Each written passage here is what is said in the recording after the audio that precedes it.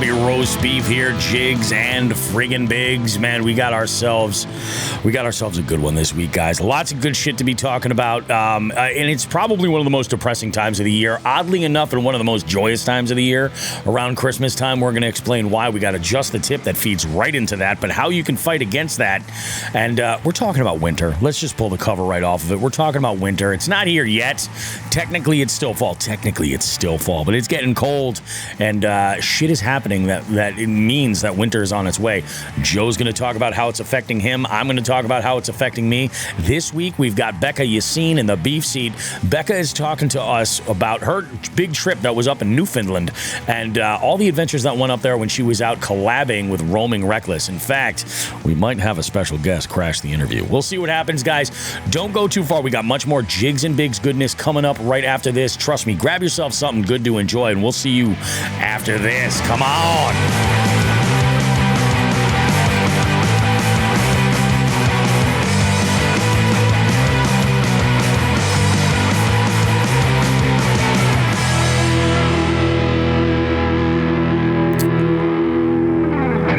Full disclosure, ladies and gentlemen listening to this podcast right here, this show is being recorded right now at 8:30 in the morning on a Monday morning right now.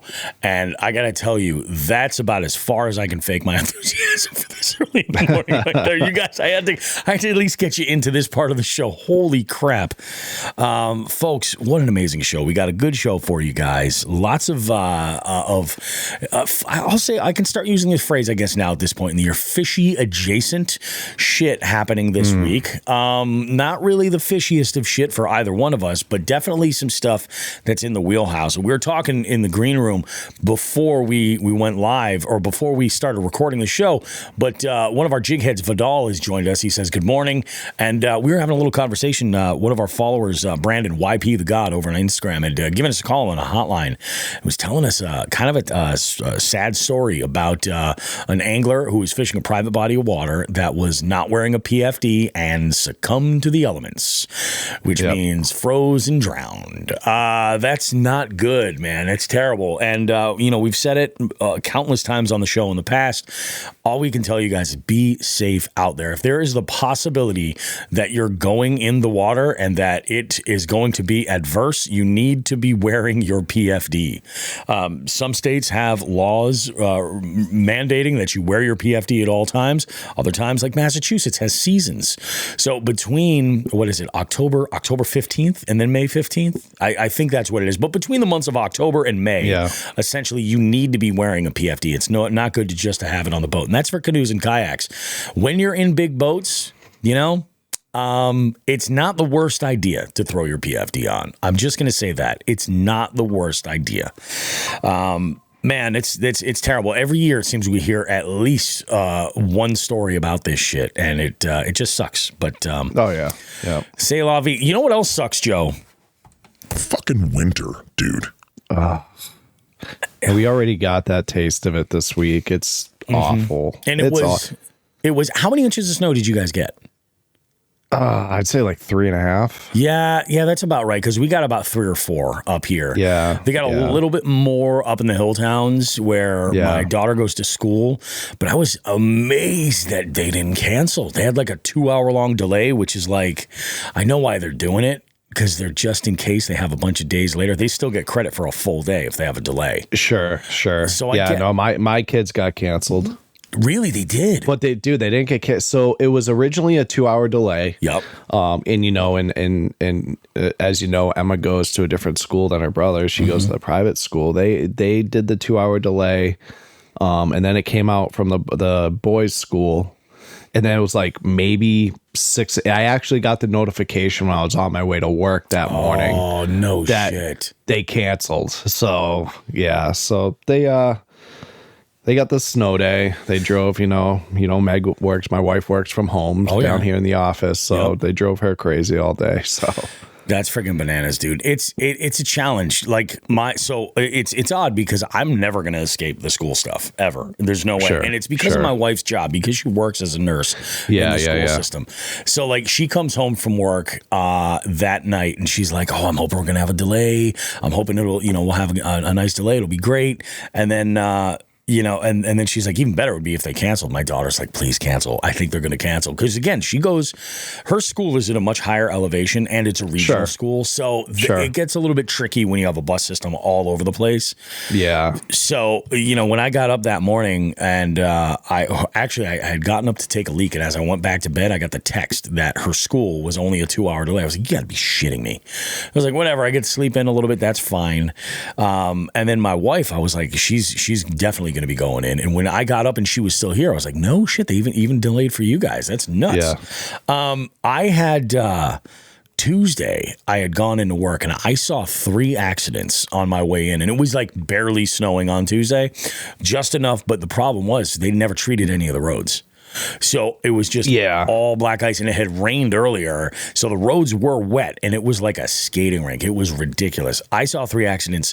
25 minutes later, one of my regulars popped into the bar, which, by the way, was hopping. Like, nobody gave a fuck about the roads. They were like, no, I got to go see Bobby and do some trivia.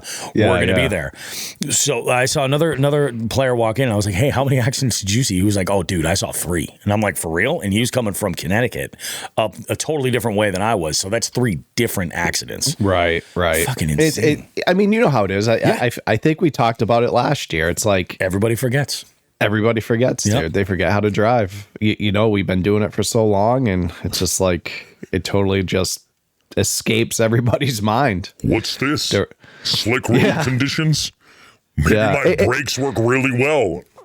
Yeah, and it's funny because even our state highway departments and stuff, and like the state in general forgets because we'll get because we were only forecasted to get an inch or two. We got more than they forecasted. Yep. But it's like, before it even starts snowing, they're like delaying and canceling schools. And then, so they'll do that in the beginning. And then towards the middle and the end, it'll be 4, 5, 6 inches. And they're like, nope, send them to school. You know what I mean? We can get it done. Yep. A lot of it has to do, I think, with that first layer of treatment they put on the roads. Yeah. Because that next day I saw, just driving home from dropping off my daughter, I saw a bunch of trucks, because now a lot of communities are spraying some sort of a treatment, which lasts infinitely longer than dumping salt all over the place. Sure. That fucks up your car. Oh yeah, it does. And that's why Bobby Roast Beef washes his car once or twice a week. Yeah. Do you have golden nozzle? I do have golden nozzle. Man, we don't fucking have that out here, dude. Dude, it's so I'm gonna little side quest here. When I got my truck, actually even before this, my car previous, I was a Belize guy. Belize car wash all day long. I was like, because there's one right there in Springfield. And there was a couple more in New England. And then I was like, you know what? I'm like, there are way more golden nozzle washes all around New England, let alone Western Massachusetts. Sure.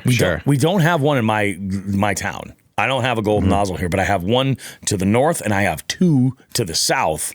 Right. And then on the east or west side, I've got 1 or 2 either way. So I'm covered, but I've had my car washed in Rhode Island at a golden nozzle. Yeah. And I'm like, this is great. And I pay a little bit less than the Belize.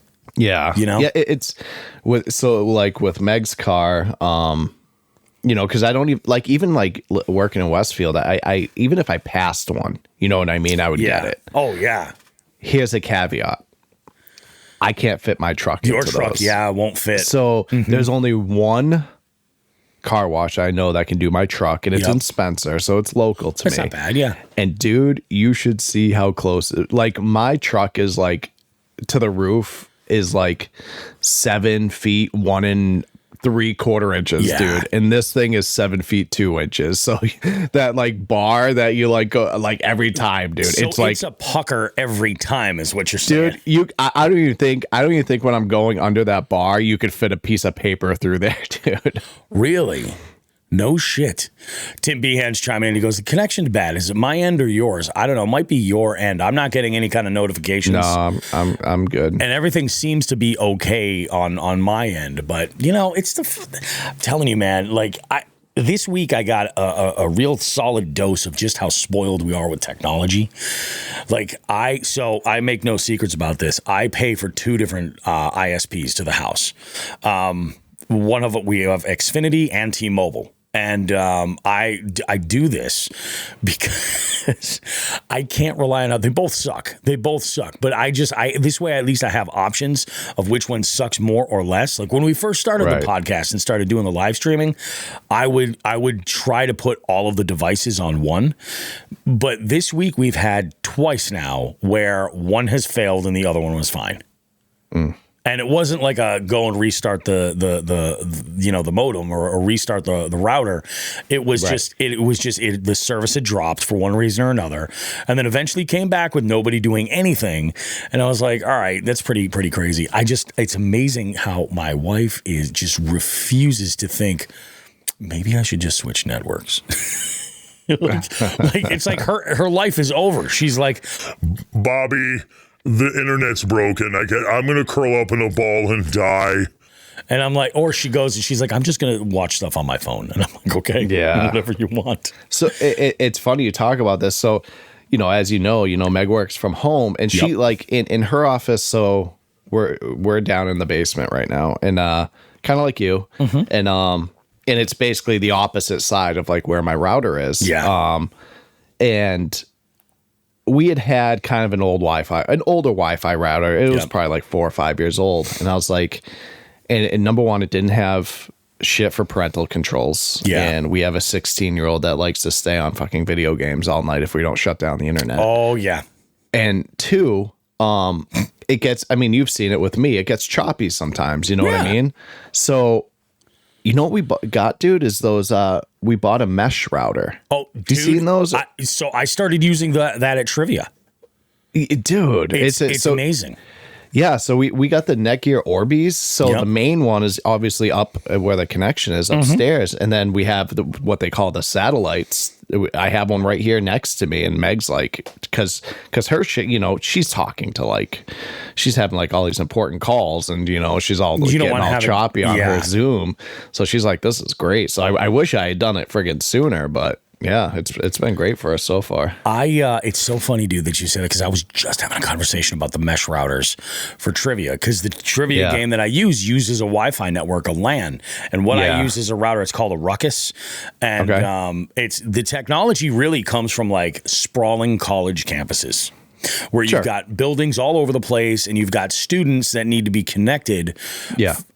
It just makes life easier if they connect to one network and it's the same network no matter where you go, but they're all on this giant web and it works so unbelievably well. Now I only use one point right now, but I've had instances in the past where I've had larger games where I've had to have a router in a different area because it was so far out of reach or on a different floor. Right. That's another one too. And it's like, it's unbelievable. It works really, really well, but it's crazy. Like just the amount of like how we rely on technology and some folks out there, it even translates into fishing. You know what I mean? I mean, when you look at like the obvious one that everybody likes to talk about is like forward facing sonar and stuff like that. Yeah, but really, let's take a look at like just mapping in general.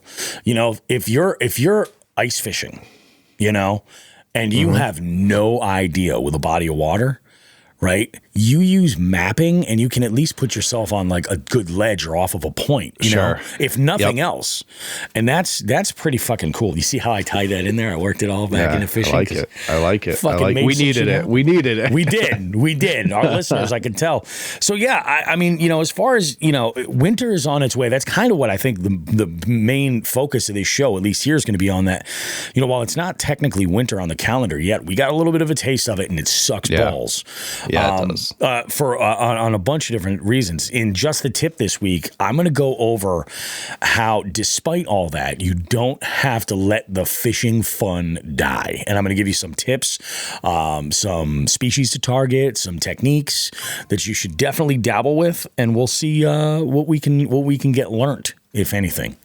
Hell yeah. Now, there is one thing about winter for folks that own, I want to say almost any watercraft. There's not a whole lot you really have to worry about with kayaks, which I'll tell you, if that was a point for Team Kayak, ka-ching, that is a definite win.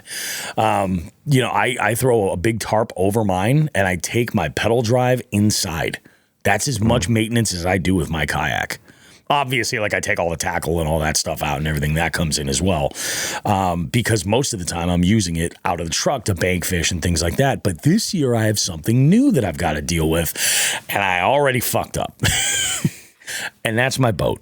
Now, Joe, let's flip it and talk about your situation, because you've got the right level of experience, and I think you handled things the right way. And then I'll go ahead with Dodo, the fucking circus clown. Yeah. So obviously, I kind of, you and I talked, I think I talked about it on the show, where I was like, I'm just kind of hanging on, because it had been so mild, you know what I mean? Yeah. And then all of a sudden, it wasn't, you know, and we got that snow, and I had planned on, like, I store mine inside. I actually found a new place this year. So shout out to Boomerang Storage, Moving and Storage out in Ludlow, Massachusetts. Guys are phenomenal. That's where my boat is now. But yeah, dude, we woke up, like, I was like, an inch or two, we get an inch or two, or dusting. I'll be fine. It'll fucking melt off, and I'll still bring it Friday. I woke up and I was just like, I saw how much snow was on there, you know, like that 3-4 inches. I was just like, shit. Yep. Because like you're like, fuck, like now it's like all heavy on the cover, and like, so I had to get out there and make sure I get all that weight off. And the other thing I thought of was, now there's going to be salt on the road for when I travel with it, and like I don't like that. No. And so now, and I didn't have because it was still shitty, I didn't even have the opportunity to spray it down. So unfortunately, you know, there's like salt on the trailer and stuff, and now it's sitting in storage, and it's just bugging the hell out of me knowing that like I'm going to have to spray that off immediately once it comes out. 100%. Yeah. But like, you know, luckily I pull it out pretty quickly, or pretty early in the season. But yeah, so I woke up and it was just like, I was like, fuck, I was like, here, and I waited, and it kind of went like, it was like everything just kind of went wrong that morning, Bobby. So yeah, I have my side-by-side with a plow, and I also have a snow blower. So I'm like, all right, let me clean this up real quick. I go into the side-by-side won't start. Oh, shut up. I'm like, always the way? Oh my gosh. Yeah. I'm like, what the fuck? So I'm like, all right. So I'll go to my backup. I'll go with a snowblower. And granted, this is 1000% my fault, because I didn't make sure everything was good to go beforehand. Sure. You know what I mean? And so I go with the snowblower, which I've used maybe twice in the last 3 years, because I've had the side-by-side, but that also doesn't start. You motherfucker. So like, you gotta be fucking kidding me. And I'm not like super mechanically inclined like that, like to figure out like engines, like why like it's not my forte. It's like, I don't want it to be my forte. Fair. I'm the asshole that just fucking brings it somewhere higher, so I'm like, here, fix it. So now I gotta think about towing my boat out of my driveway, which is a hill, in 4 inches of snow. You know what I mean? Oh yeah. So that's exactly what I had to do. Thank God, you know, my truck pulled it no problem. But yeah, so my driveway is still a fucking mess, because I've had and last week I was sick as a dog for like from Saturday to like Tuesday. I was just sick as a dog. And yeah, so finally got out of the driveway. My driveway is an absolute still treacherous mess right now. I'm hoping this, you know, it warming up and raining today and tomorrow is gonna get my driveway back into shape, so I can load up the side-by-side or the snowblower. Gotta bring them to 2 other places, tell them to fix them. Gonna probably spend way more money than I want to. Oh fuck yeah. But yeah, man, so I finally get the boat out. I bring it to work so I could bring it out to Ludlow. And yeah, dude, the place I brought it, the Boomerang Storage, they recently moved to this huge warehouse, dude. And they had a ton of boats in there. They started their company. They actually started their company just doing like college moving and storage. Oh yeah, yeah. That's super common. Yeah, yep. So they have this huge warehouse. Dude, my boat was probably one of the cheapest ones in there. Really? Oh yeah. He had a bunch of like the wake boats and shit like that, like those expensive ass wake boats. I wanted to slash their tires while I was in there. You know what I mean? Mm-hmm. But Yeah, no. So I dropped it off, and it's I obviously I had unloaded everything out that I wanted to get out. There's a couple stupid shit I leave in there, Yep. but yeah. So now, dude, now I'm in that season of just hopping on like YouTube and shit like that, and reading articles and just getting ready for next season. Trying to learn bodies of water, academically. That I'm that I know I'm gonna be fishing next year. That maybe I haven't fished before. Like, Taylor from Fish or Die and myself are planning on doing the American Bass Anglers Military Tournament down in West Point Lake in Georgia. Nice. Yeah, so we're planning on doing that. So I've been doing a lot of research on that body of water. That's cool. Yeah, so just kind of doing that, man. And it's that time of year, as just start organizing everything, thinking about what I need to buy throughout the off season to get back up to what I need. Rods, reels, figuring it out. Mm-hmm. And that's it, man. It's funny because like I really, this year I think I need to pull the trigger and just make it happen, and just somehow make it like get so geeky into map reading where I just look forward to it. And I'm thinking about doing something where like I'll take a map and like utilize something like StreamYard to get like a bunch of, because I'm one of these people, if I can make it a group project, you know what I mean? Sure. The better. Sure. And I'll just get like half a dozen people together. We'll like fucking just have a few beers and bullshit, talk about a specific body of water, and then try to like, because the idea is I don't want to learn like this lake. I want to learn the principles of all the lakes. You know what I mean? Right. And I think that would be beneficial overall. But it's funny, like we were talking, you started talking about, winter and everything. What's that thing from Game of Thrones that they used to say? Winter's coming? Is that what they said? Well, this week it was more like winter. I'm gonna come. That's pretty much what winter did to us. It just, this week. It just burst. It just came out of nowhere. Out of nowhere. And I'm like, okay, all right, this is fucking great. Like, dude. I mean, look how much you had still been fishing up until last week. I know.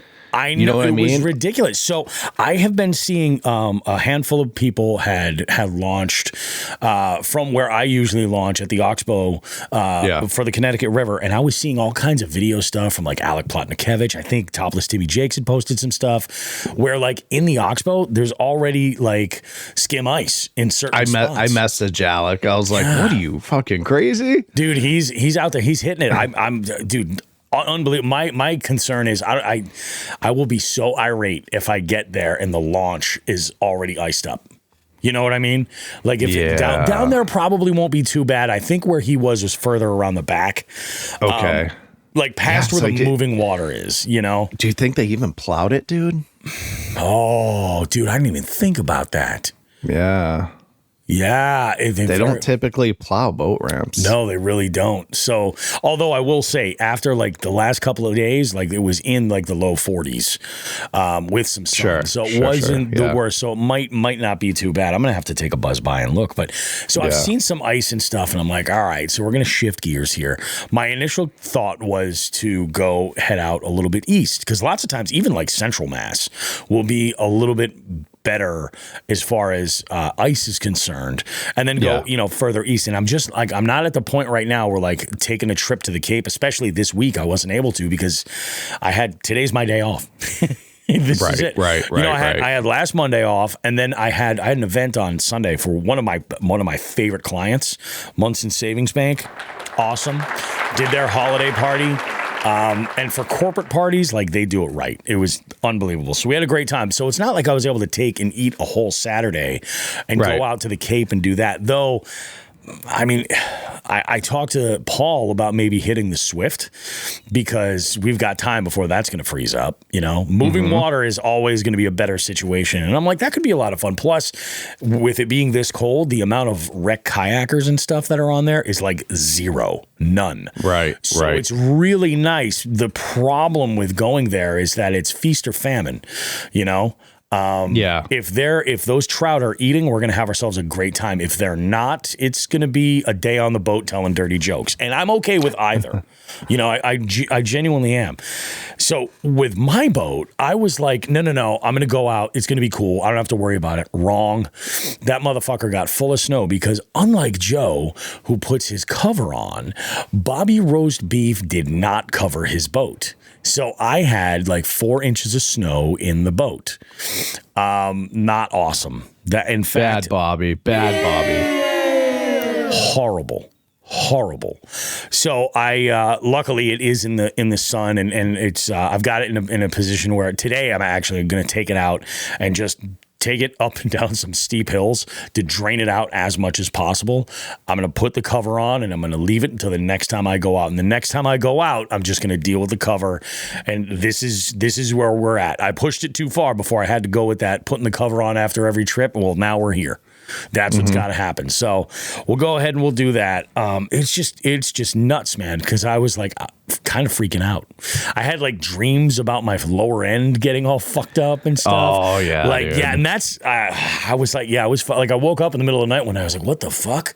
Like I hit like the biggest rock ever and just like ripped the entire lower end right off. Like I went over a fucking low head dam or some shit. And I was like, what? Okay. I woke up. I was like, oh, I dreamt that?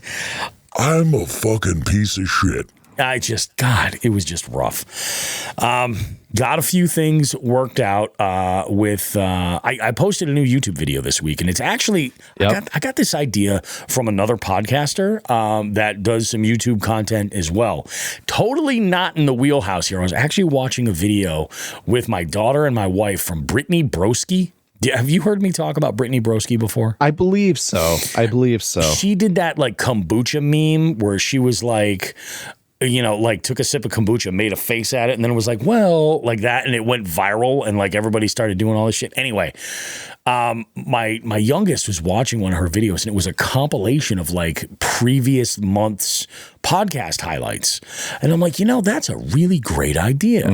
I'm gonna rip that off. So that's what I did. I posted a November lineup of just little highlights because here's the deal. There is a video version of this podcast that does exist for the jig heads. And when you hear us talking about like Vidal and Tim Behan and all of our other jig heads that pop in from time to time, like when we record at like regular times a day, those folks get to see this as it's getting made. But that lives on YouTube as an unlisted video. So I'm able to take that video and then cut it up. And I made a little highlight reel. You should go ahead and check it out. I mixed that with some of the footage that I didn't necessarily use on some of my videos that are already on there. So if I'm talking about a fish catch or a bait, I actually just dropped that video right on there. So go check it out. It's like 25 minutes long. It's basically a month's worth of highlights, random stuff that was interesting and fun. And it's usually stuff from this first segment. Like just us going back and forth. It's really good. And I have a little bit of fun with my editing as well. There's a couple of spots where we talked about Thanksgiving specifically, Joe, and I kind of chuckled. And I was like, I was able to do something real quick that was just perfect. So, I got that done. I have... again, this is related to the show in this way. So I'm trying to balance that work and creator sort of seesaw, that teeter-totter between the two, And I realized something. I was like, well, I've always had this way of looking at the way I do my residency trivia events that the player is not my customer. My customer's the bar. Sure. And I love that relationship. It is great. Like the bar, the restaurant that I'm working with, they're fantastic. And they get a discounted rate for having me all, regularly.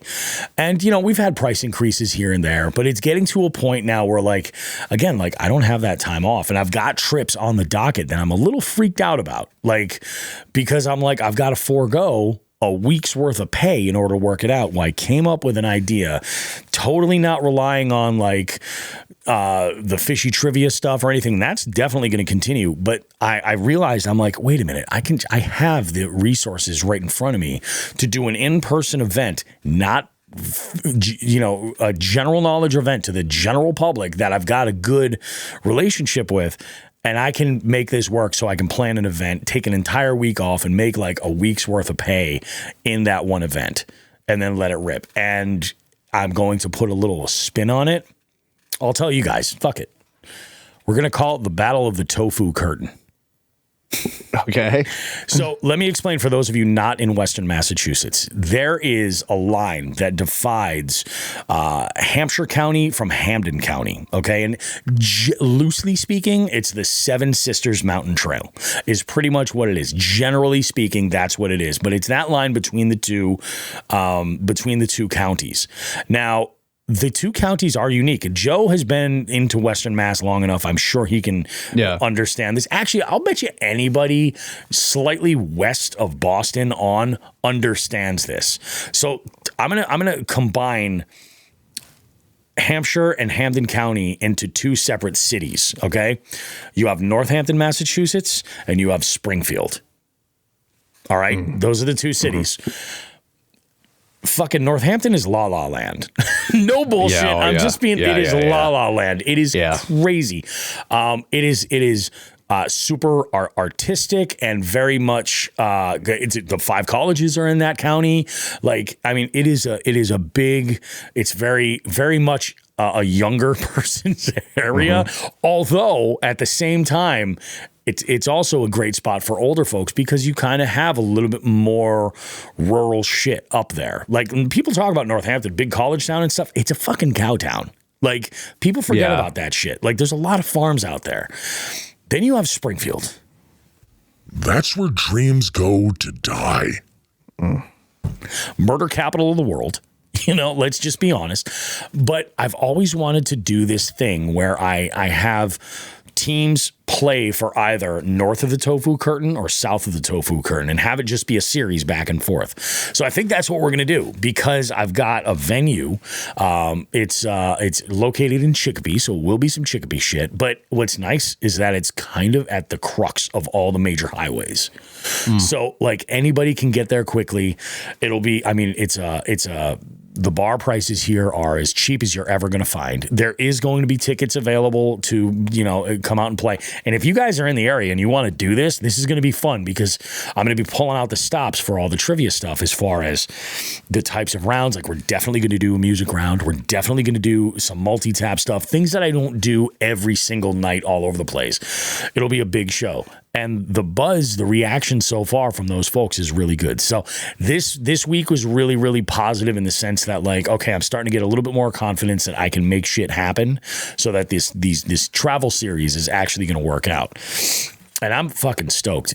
Today we're talking with 2 of the biggest inspirations for me to get on the road.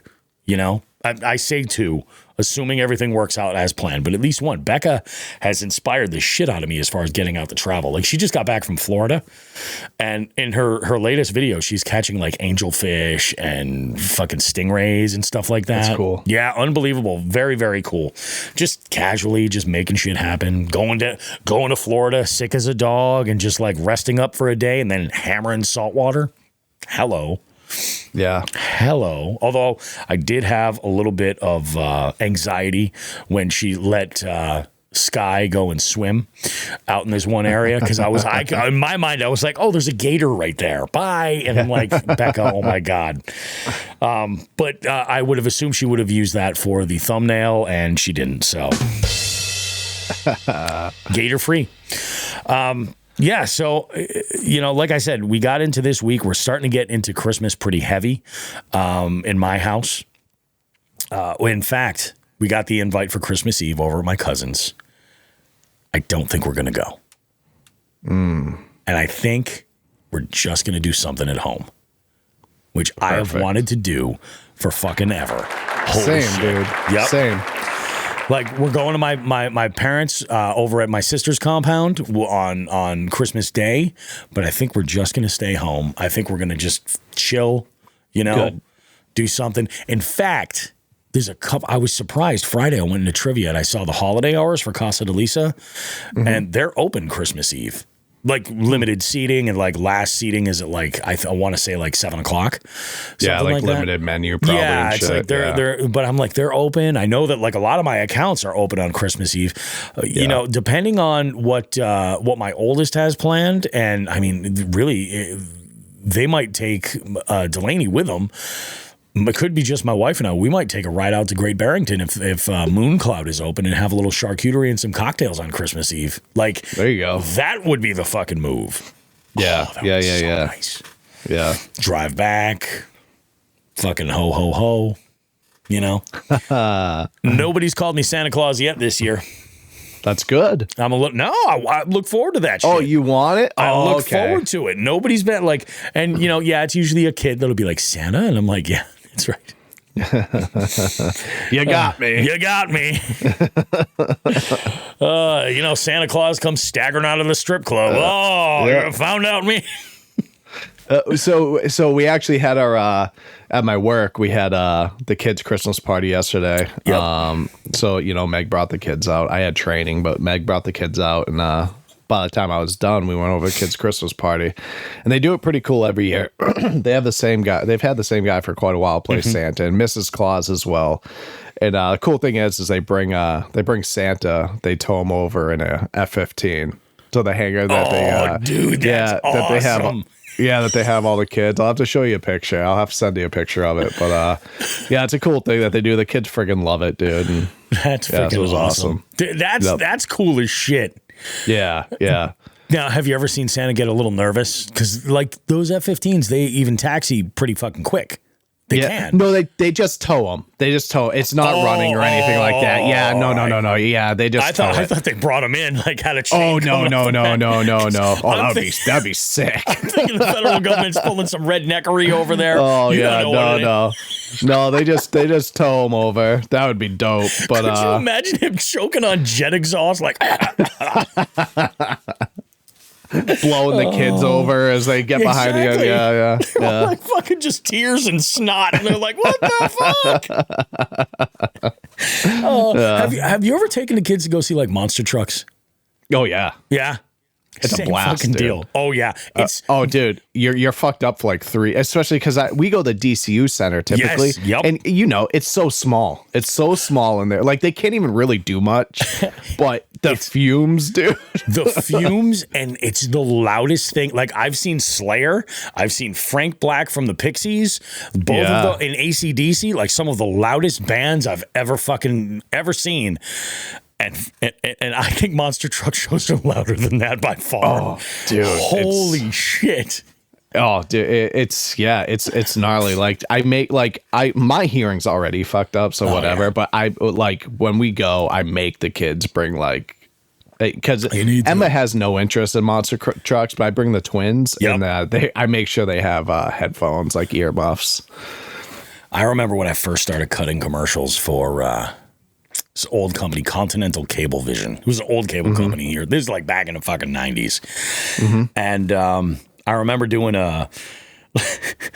this commercial. I forget what the spot was for, but they were like, we want to do like a fucking, like a big announcer arena, like think like trucks. And I did it in like one take. It was so fucking good. I was like, that's one of those things where people are like, you're only going to need the edge. And kind of thing, you know what I mean? Yeah. And it was like one fucking take. It was so good. But like that's universal. Like you could go to somebody in another part of the world right now and go like trucks. And they're just going to be like, you know, freaking, you know, monster truckathon. You know, they're going to know.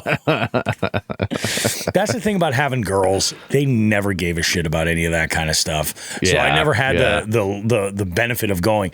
I only ever went to go see monster trucks as a degenerate 20-something. Like, let's go laugh at this. This will be cool. Yeah. And I'm like, wow. Yep. 100%. Monster Jam. So fucking stupid, man. I love it. But yeah, you're going to want to stick around, though, for just the tip, because we're going to talk about ways that you can kind of like extend your fishing excitement throughout this shit winter. And you don't have to give it all up completely. Trust me, the fishing is going to change. And, you know, you might actually learn a thing or two. And I think that's the best part of it. But good stuff all around right there. What do we say we jump into some headlines here? Let's do it. Get some fishy shit.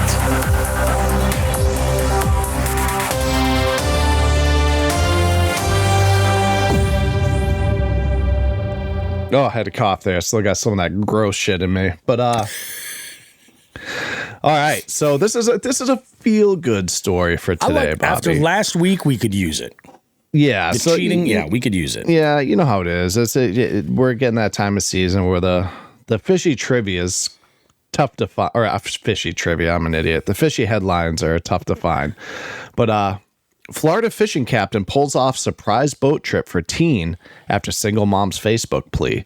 Tampa captain helps arrange fishing trip for boy 13 who landed a 30-inch catch. A Florida mother wanted to give her son a special 13th birthday to remember, so she reached out to her fellow community members for help. Marie posted on the Tampa Bay Fishing Club Facebook group looking to see if anyone could take her son's Stash, sick name, out fishing take him out fishing on a boat for his first time since she is a single parent, and quotes for charters were a little out of her price range. To be honest, I really wasn't expecting much from the post, but I was blown away by the amount of amazing people who offered and commented, Marie told Fox Digital News. Through the post, she connected with Captain Todd Young of Real Memories Fishing Charter, who has been running charters for 6 years in the waters of Tampa Bay. Young told Fox News Digital via email that he responded to the post and was happy to help. Originally, Marie was looking for a charter for just her son that can get really expensive, and a bunch of people reached out that they would help donate the full price of the trip to get him out since he was a great kid. He added, "It was so nice to see everyone willing to help to get him out for a fun day of fishing. I thought about it for a few days and reached back out to the mom, telling her I would take him out at no cost to her."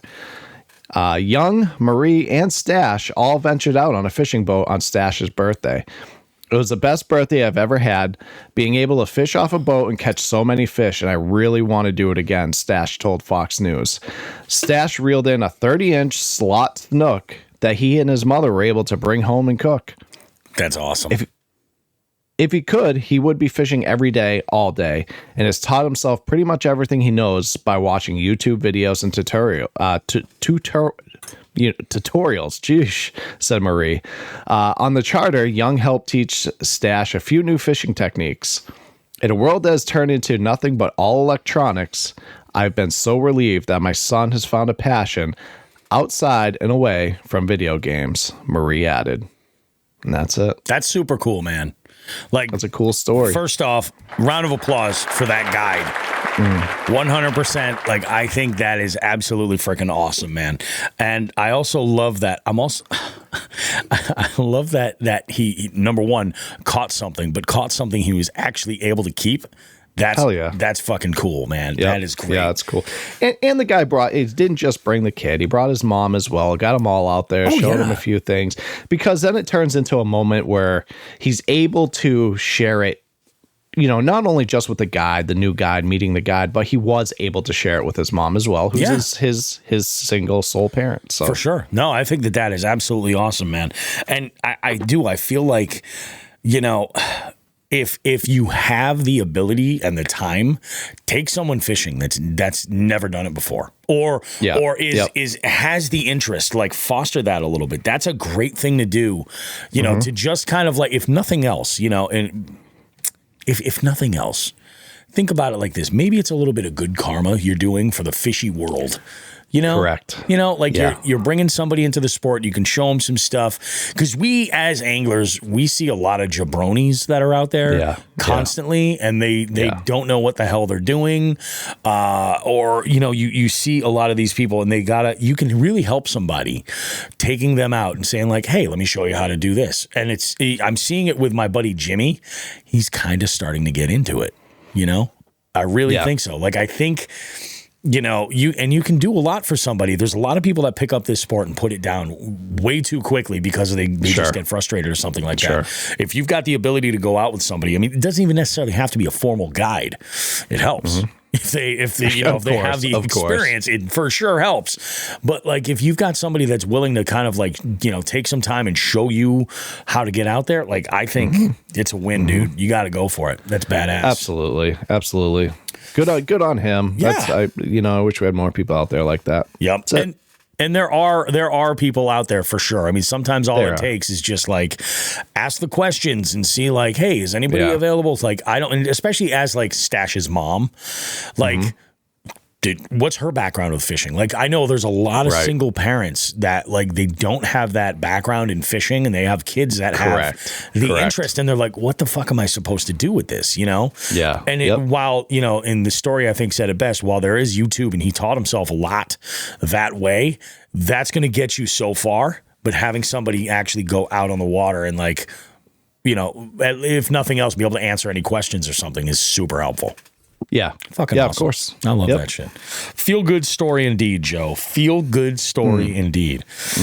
All righty, folks. Well, here's what we're going to do. We are going to shift gears a bit. We're going to take a quick break. When we get back, we have a Just the Tip where we're going to highlight how you can continue your fishing adventures, despite what some might say is the worst time of the year to go out and fish. You know? Yeah. We'll see you guys in a bit. Don't go too far. More Jigs and Bigs coming up in just a moment or two.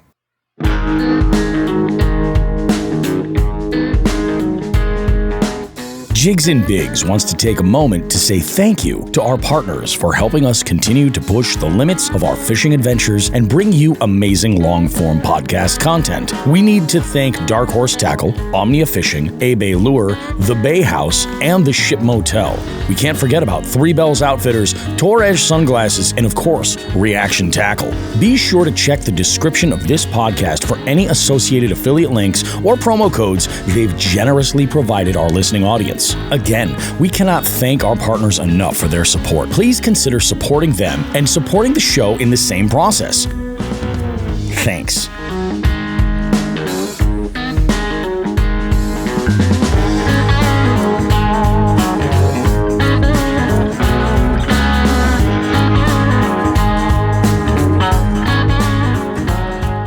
Hey, you. Yeah, you. The one with the impeccable taste in fishing podcasts. Bobby Roast Beef here with a little call to action for all Jigs and Bigs listeners. We're opening up our hotline to you. Now you can call us to sound off about almost anything at 413-324-8519. Want to submit someone for our FTG segment? Call us at 413-324-8519. Care to maybe suggest a topic for Just the Tip or Bait of the Week? Call us at 413-324-8519. Maybe you just want to give us or anyone else a little shout out on the show, or you want to suggest a guest for the beef seat. You guessed it. Call us at 413-324-8519. The Jigs and Bigs hotline is there for you to leave a message with us 24/7. Just call 413-324-8519. Also, you can check that number in the notes of this podcast.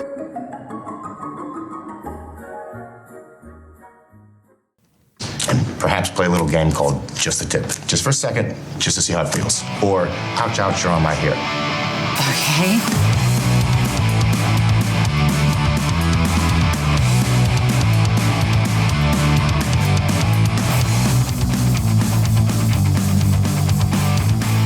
Alrighty, guys. So this week in Just the Tip, we're going to talk about, we mentioned in segment number 1, winter is on its way. The calendar does not say winter already, but the thermometer is definitely starting to make us think winter is here. And it's not going to be long. And, we all know as bass anglers specifically that this is where it can get really slow and really, really tedious to get out there and fish. In fact, some of us up north that don't ice fish are more tend to pack it up for the year and just say, hey, we'll see you in March kind of situation. But here's the thing. You don't have to stop open water fishing, regardless of where you are. If you can find, there are some spots where it's going to be so damn cold, you will not find any open water. But there are places that you can go. Like moving water is going to become your friend. And this is a great time to get comfortable with rivers and with creeks that are flowing and don't have ice preventing you from getting out there. There's some fishable water that's out there. In fact, there are species of fish that do thrive on those cold water conditions. And let's go through the breakdown of like some of those fish right here. So the big one right now are your trout species. That's everybody. If you have trout near you, they're going to be very, very active in the winter months. Trout are really well adapted to cold water, and they often thrive in those temperatures. They'll remain active all the way through winter. These fish, they're most active actually during winter in streams and rivers and in cold water lakes, assuming you don't have ice on those lakes. Although if you do, you can ice fish for them. Walleye, if you have walleye near you, we have walleye only in a handful of places around us in New England. But walleye remain active in cold water, particularly in late fall and then again in early spring. So on the fringes of winter is probably your best bet. They're known, obviously, for low light vision, and it makes them effective predators in deeper, colder water. So if you want to find like those ledges and stuff where you have deeper pockets, you might be able to find some walleye there. Northern pike, and I would probably go and say the same would go for chain pickerel as well. They are also well adapted for this cold weather. They tolerate cold water very well, and they remain aggressive, which is the best part, because those fish, while they're slimy, they can be super fun and aggressive in those colder temperatures. In some situations, far more enjoyable than reeling in a trout, or from what I've been told, from reeling in a walleye, which I believe walleyes can just be like dead weight, like, oh God, I've been hooked kind of situation. But it is what it is. You want to look in like shallow bays or around submerged vegetation beds that are in, lakes and ponds. And then that brings us to yellow perch. Super active, do very well in cold water. If you've got clean water near you, these are great eating fish as well. Yellow perch are often found schooling in colder conditions, particularly in deeper areas of the lakes. They'll remain active rather, and can be caught even during ice fishing. That's probably one of the most, I don't want to say the most popular, but it's among one of the more popular species to catch ice fishing. And it's one of those things. You find a school of them, you're on them. Like, they're just going to eat. Hang on. They gonna eat. That's all I'm saying. They will. Lake trout.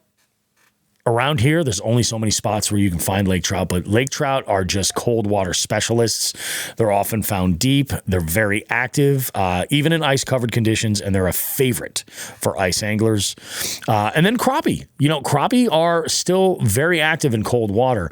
Black and white crappie are active in colder water, particularly in the late fall and early winter, so those fringe sort of areas around the dead of winter.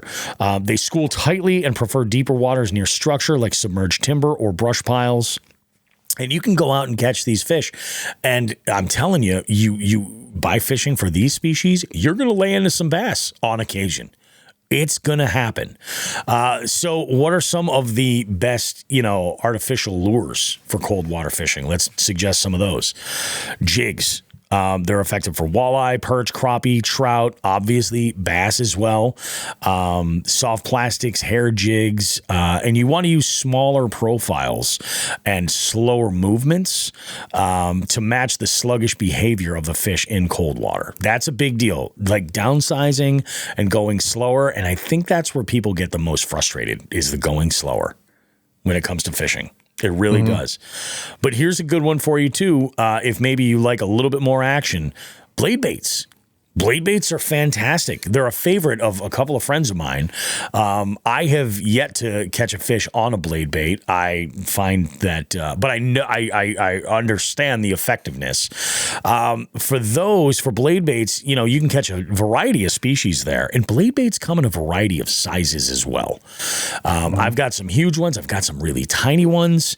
They're great for all types of species. Walleye, lake trout, definitely great for pike, especially with that shimmering and flash. Pike like that shit a lot. Chain pickerel as well. Vertical jigging near a drop-off or a ledge can be great to entice a strike. You can let the blade vibrate on the lift and then just drop it slowly. There are some people, too, who actually will cast a blade bait and then just like slow roll it almost like a lipless, So play around with that technique. Fool around a little bit, but definitely like vertical jigging, it makes perfect sense. You get that nice shimmy and the vibration, then it falls back. Irresistible. The one that everybody was expecting to be on this list is suspending jerkbaits. Effective for pike, for trout, for walleye, also effective for bass. We know it. You can slowly retrieve with longer pauses. Match that to the cold. If it's really cold, leave that pause for a bit longer than you would anticipate for. Lots of times that's when you'll get bit, is on that pause. The idea with the jerkbait is that it's mimicking an injured bait fish, particularly when used around weed lines or rocky areas. Spoons. Joe, you fish spoons much? No, I don't. No, see, neither do I. I have a couple. Yeah. I think I'd need to more or less dial in the right time or the right size spoon for the water, but these are a presentation that have a huge reputation for cold water. Obviously, they're effective for all the trout species, lake trout included, but spoons will work for perch and for crappie as well, the smaller ones especially. Use a fluttering spoon for vertical jigging in deeper water, especially over schools of bait fish. They absolutely become unhinged if you can target them there. And this is one of those deals where, like, yeah, if you've got electronics and you can find a school of bait fish, pop one of those bitches down right in there and just vertical jig right there, bang, and you'll just start pulling them in. Lipless cranks. I was a little surprised to see this one pop up on the list, but yeah, lipless cranks are effective for pike, walleye, and crappie.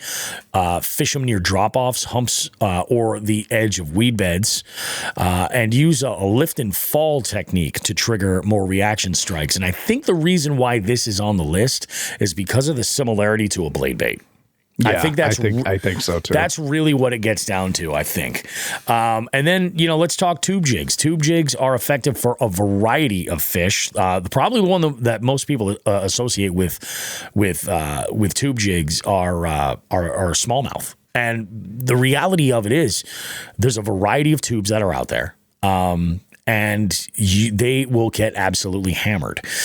Use them in deep water near rocky structures. They simulate an injured bait fish by bouncing the jig right off the bottom. Obviously, you want to adjust your weight for the depth, figure that stuff out. But also, when you're choosing your presentation, pay attention to where you're fishing. What size are those bait fish in there at that time of year? Take that into consideration too, because maybe that 110 jerkbait is just a little bit too large to really sell it to, that school of perch. Maybe you're better off. That's not to say that they won't hit it. I mean, Jesus, I've fucking caught tiny crappie on 110 jerkbaits. Watch that next video or that last video I post on YouTube and you'll see it. But, there's obviously exceptions to every rule, but these are just generalizations, that you can apply to your body of water. Let's talk about effective areas for cold water fishing. Deep water structures. So we're talking about your drop-offs, your humps and ledges. Those are prime areas where fish are going to seek stable temperatures during the cold season. You're ideally going to find your trout, perch, and walleye in those areas. Your vegetation edges. So you have these spots where maybe you have a bunch of pads, that are all like crazy grown up and hitting the surface in the summer. When that shit dies off, those edges around there, or the go a little bit deeper and you find your hydrilla and stuff that's a bit deeper, your milfoil that's kind of died off a little bit, those edges right there, those are your effective areas. There's submerged vegetation. It attracts the predators like your pike, your walleye that are looking for bait fish. You want to focus on shallow bays in the day or areas where weeds taper into deeper water. Again, we're talking transition points, really, is what we're getting to. Rocky shorelines and points, rocks, and we've heard this a million times, that rocks retain heat. They retain heat. They can attract species like trout and walleye. Fish near those steep, rocky drop-offs or points. Any underwater cover, that you can find, that's going to hold a lot of crappie and perch. So we're talking your timber, brush piles, artificial fish attractors. Some folks will actually drop like PVC, stuff, or even like an old Christmas tree or something like that. Like they're going to hold tight to cover, and that stuff works. Current breaks in rivers for a lot of folks that are just getting into an area. Maybe the only open water you have are rivers. This is a good thing to look for. You're looking for current breaks, and that's where you'll find trout and walleye that'll typically hold in deeper pools or eddies or behind the current breaks where they can conserve energy. Because again, they're waiting for that feed to come from upstream down to them so they can go ahead and bite. And then, of course, when you're ice fishing, for ice anglers, you want to focus on structures like reefs or saddles, mid-lake humps. If you can use electronics, it's advisable to locate those fish before you go and start dropping a ton of spots and set up a bunch of gear. So, like, to wrap things up, cold water fishing offers a lot of opportunity for you to target different species. You're going to have to obviously be adaptable and slow down and downsize with your techniques, but you can definitely catch them on jigs, spoons, jerk baits, in areas with structure and depth, and you're going to increase your success rate in doing so. Focus on adapting your presentations to the fish's reduced metabolism during those cold water months, and that is, again, where that downsizing is going to come into play. Now, last winter was probably like the first winter where I really just said, nope, I'm not putting the rods away. And coincidentally, it was the year it was the first season where I got really heavy into BFS. There were days where there was just absolute struggles, but I was able to go and find moving water that hadn't gotten any ice on it yet and throw some of these downsized presentations. And, slower, obviously, for me, seemed to work a lot better. So throwing that micro jig at like 1/32 of an ounce or 3/32 of an ounce is kind of like my money spot. Bouncing a little swim bait off of a 1/8 ounce jig along the bottom seemed to do really, really well. The difference was that I could use that same jig in like June, but move it a little bit quicker, and it is slowing down goes a huge way. Blade baits, I've seen them work in cold water.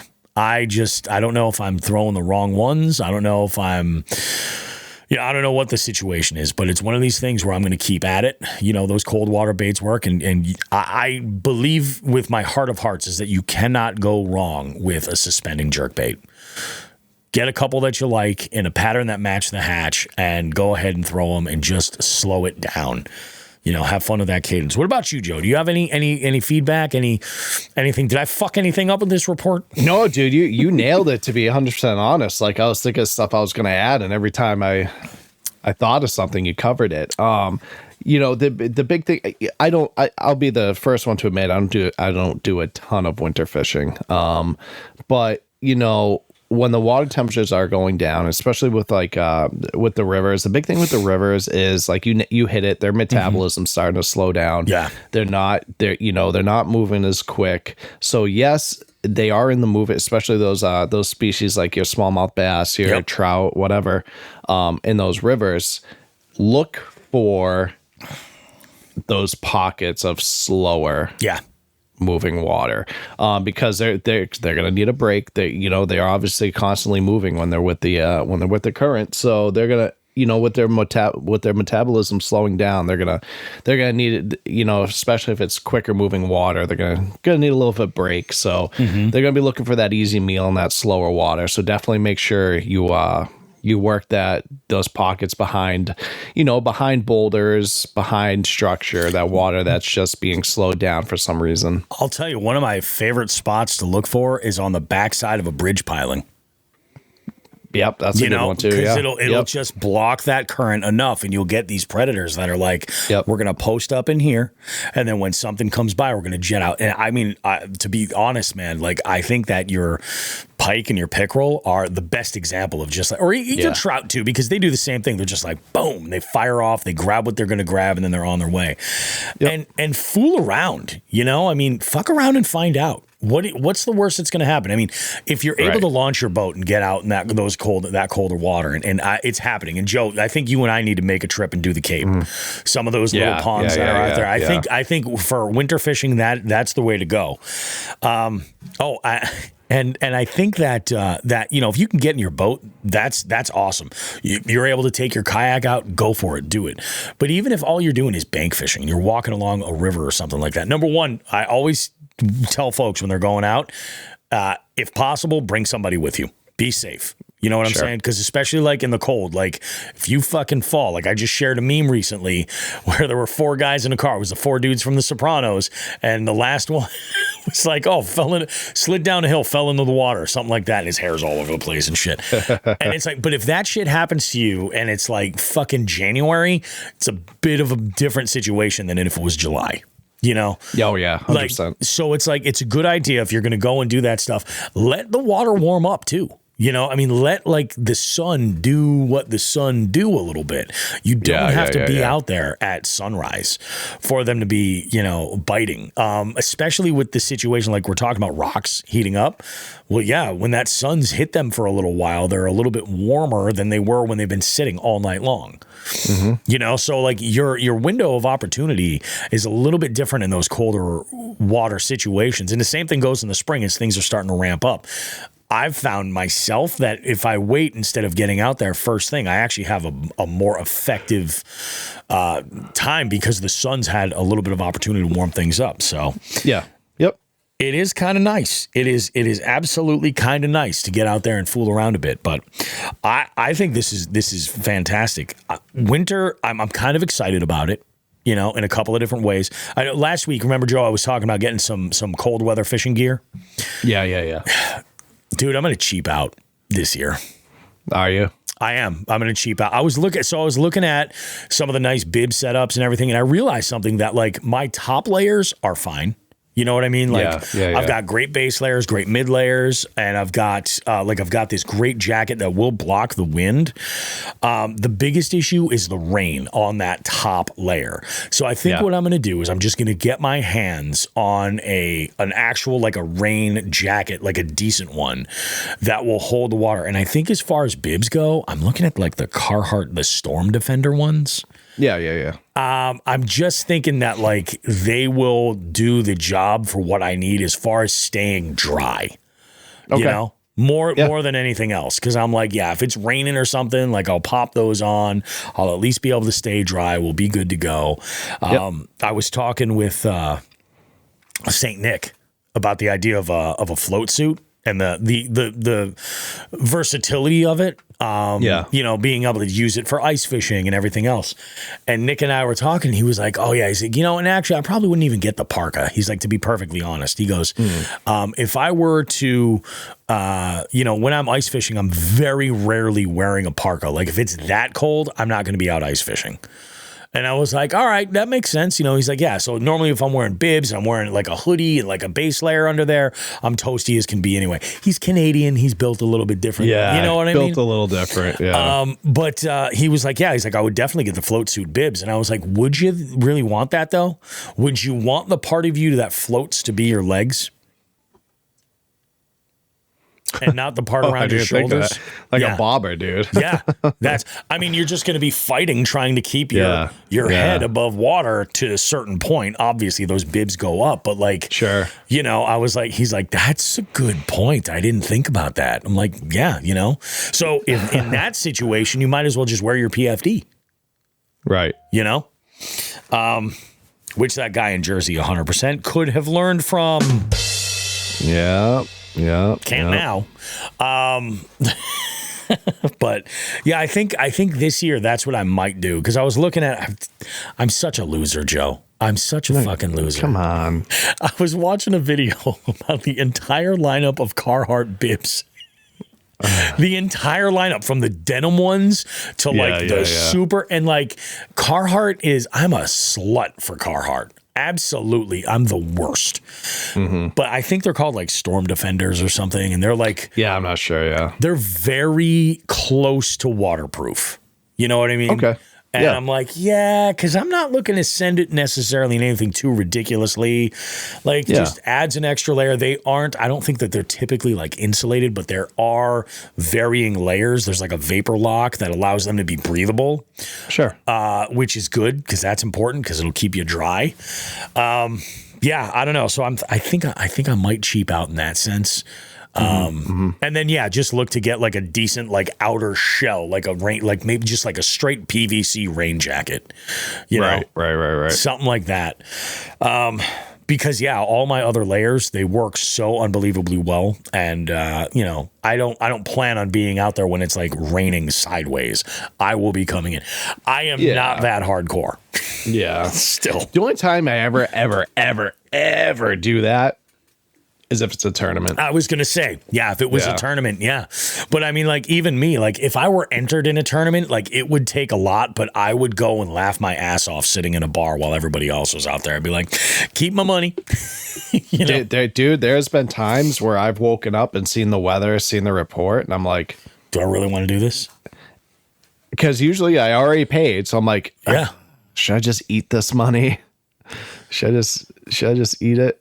It's funny. Vidal chimes in. He goes, yeah, he says Columbia makes a great rain jacket. You know, the first rain jacket that I ever had gotten into with for fishing, it was a Columbia jacket, and it was fan-fucking-tastic. Yeah, like they make good stuff. They really do. They really do.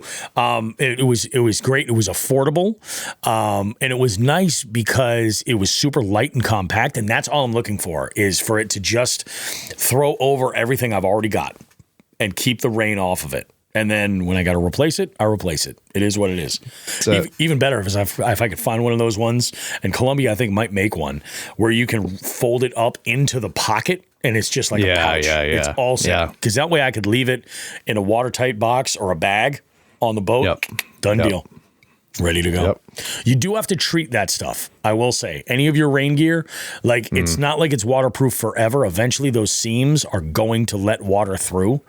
Like I remember, it was not that long ago when I realized I was in need of new rain gear because I was out with that Columbia jacket. I'm like, yeah, it's cool. Put my hood on and everything, and I was fishing for about half hour, 45 minutes, and I'm like, I'm soaked. I'm like, why? What's going on here? And that's exactly what it was. It was like, oh yeah, through the seams. And you could see like on my hoodie underneath, you could see like there was a seam here and it was like just wrapped right around. I'm like, that's exactly what it is. You piece of shit. But anyway, hope you guys got something out of that Just the Tip this week. We're going to take a quick break. We're going to throw over to this interview segment with Becca Yassine. And I'm hoping all this goes well. I'm hoping that Maria, roaming reckless, is able to crash this because that's my goal. I'm hoping to surprise Becca with this, and this could be really great. We're going to be talking about their Canadian trip, doing a little bit of fishing, all kinds of stuff, and also Becca's trip down to Florida. Talk about the extremes. From talking Newfoundland, Canada to Southern Florida. Like, come on. I'm so jealous of this girl. We'll see you guys in a bit. Don't go too far. More Jigs and Bigs coming up right after this. Hey guys, Bobby Roast Beef here from Jigs and Bigs. You know, if there's one thing I can't stand spending money on, it's on something that's not versatile, something that I can't get a lot of use out of. I want to talk to you about Frost Buddy. What Frost Buddy is it's one of those can coolers. I've seen these before. In fact, I have some that are limited to only fitting one specific size of can, like a standard 12-ounce can. I stumbled onto Frost Buddy, and I was blown away with it. So versatile. Fits standard cans, tall cans, slim cans, and even 12-ounce bottles. And the magic is the insert fits all of these items in various stages within the insert. And when you take that out, you can fit a full 16-ounce tall boy can. In fact, it even doubles down on being versatile with the coffee lid. And on my recent trip to Chickamauga, I had a field day with this thing. I was throwing beer cans in it. I'd have coffee in the morning. On the drive, I was throwing in all different sizes of cans for different canned coffee products to keep me awake on the long drive back. The thing was amazing. So I recommend you check out Frost Buddy. If you're in the market for either a travel cup for your coffee or a can cooler at all, either one of those, check it out. For the money, you cannot go wrong. What I've done is this.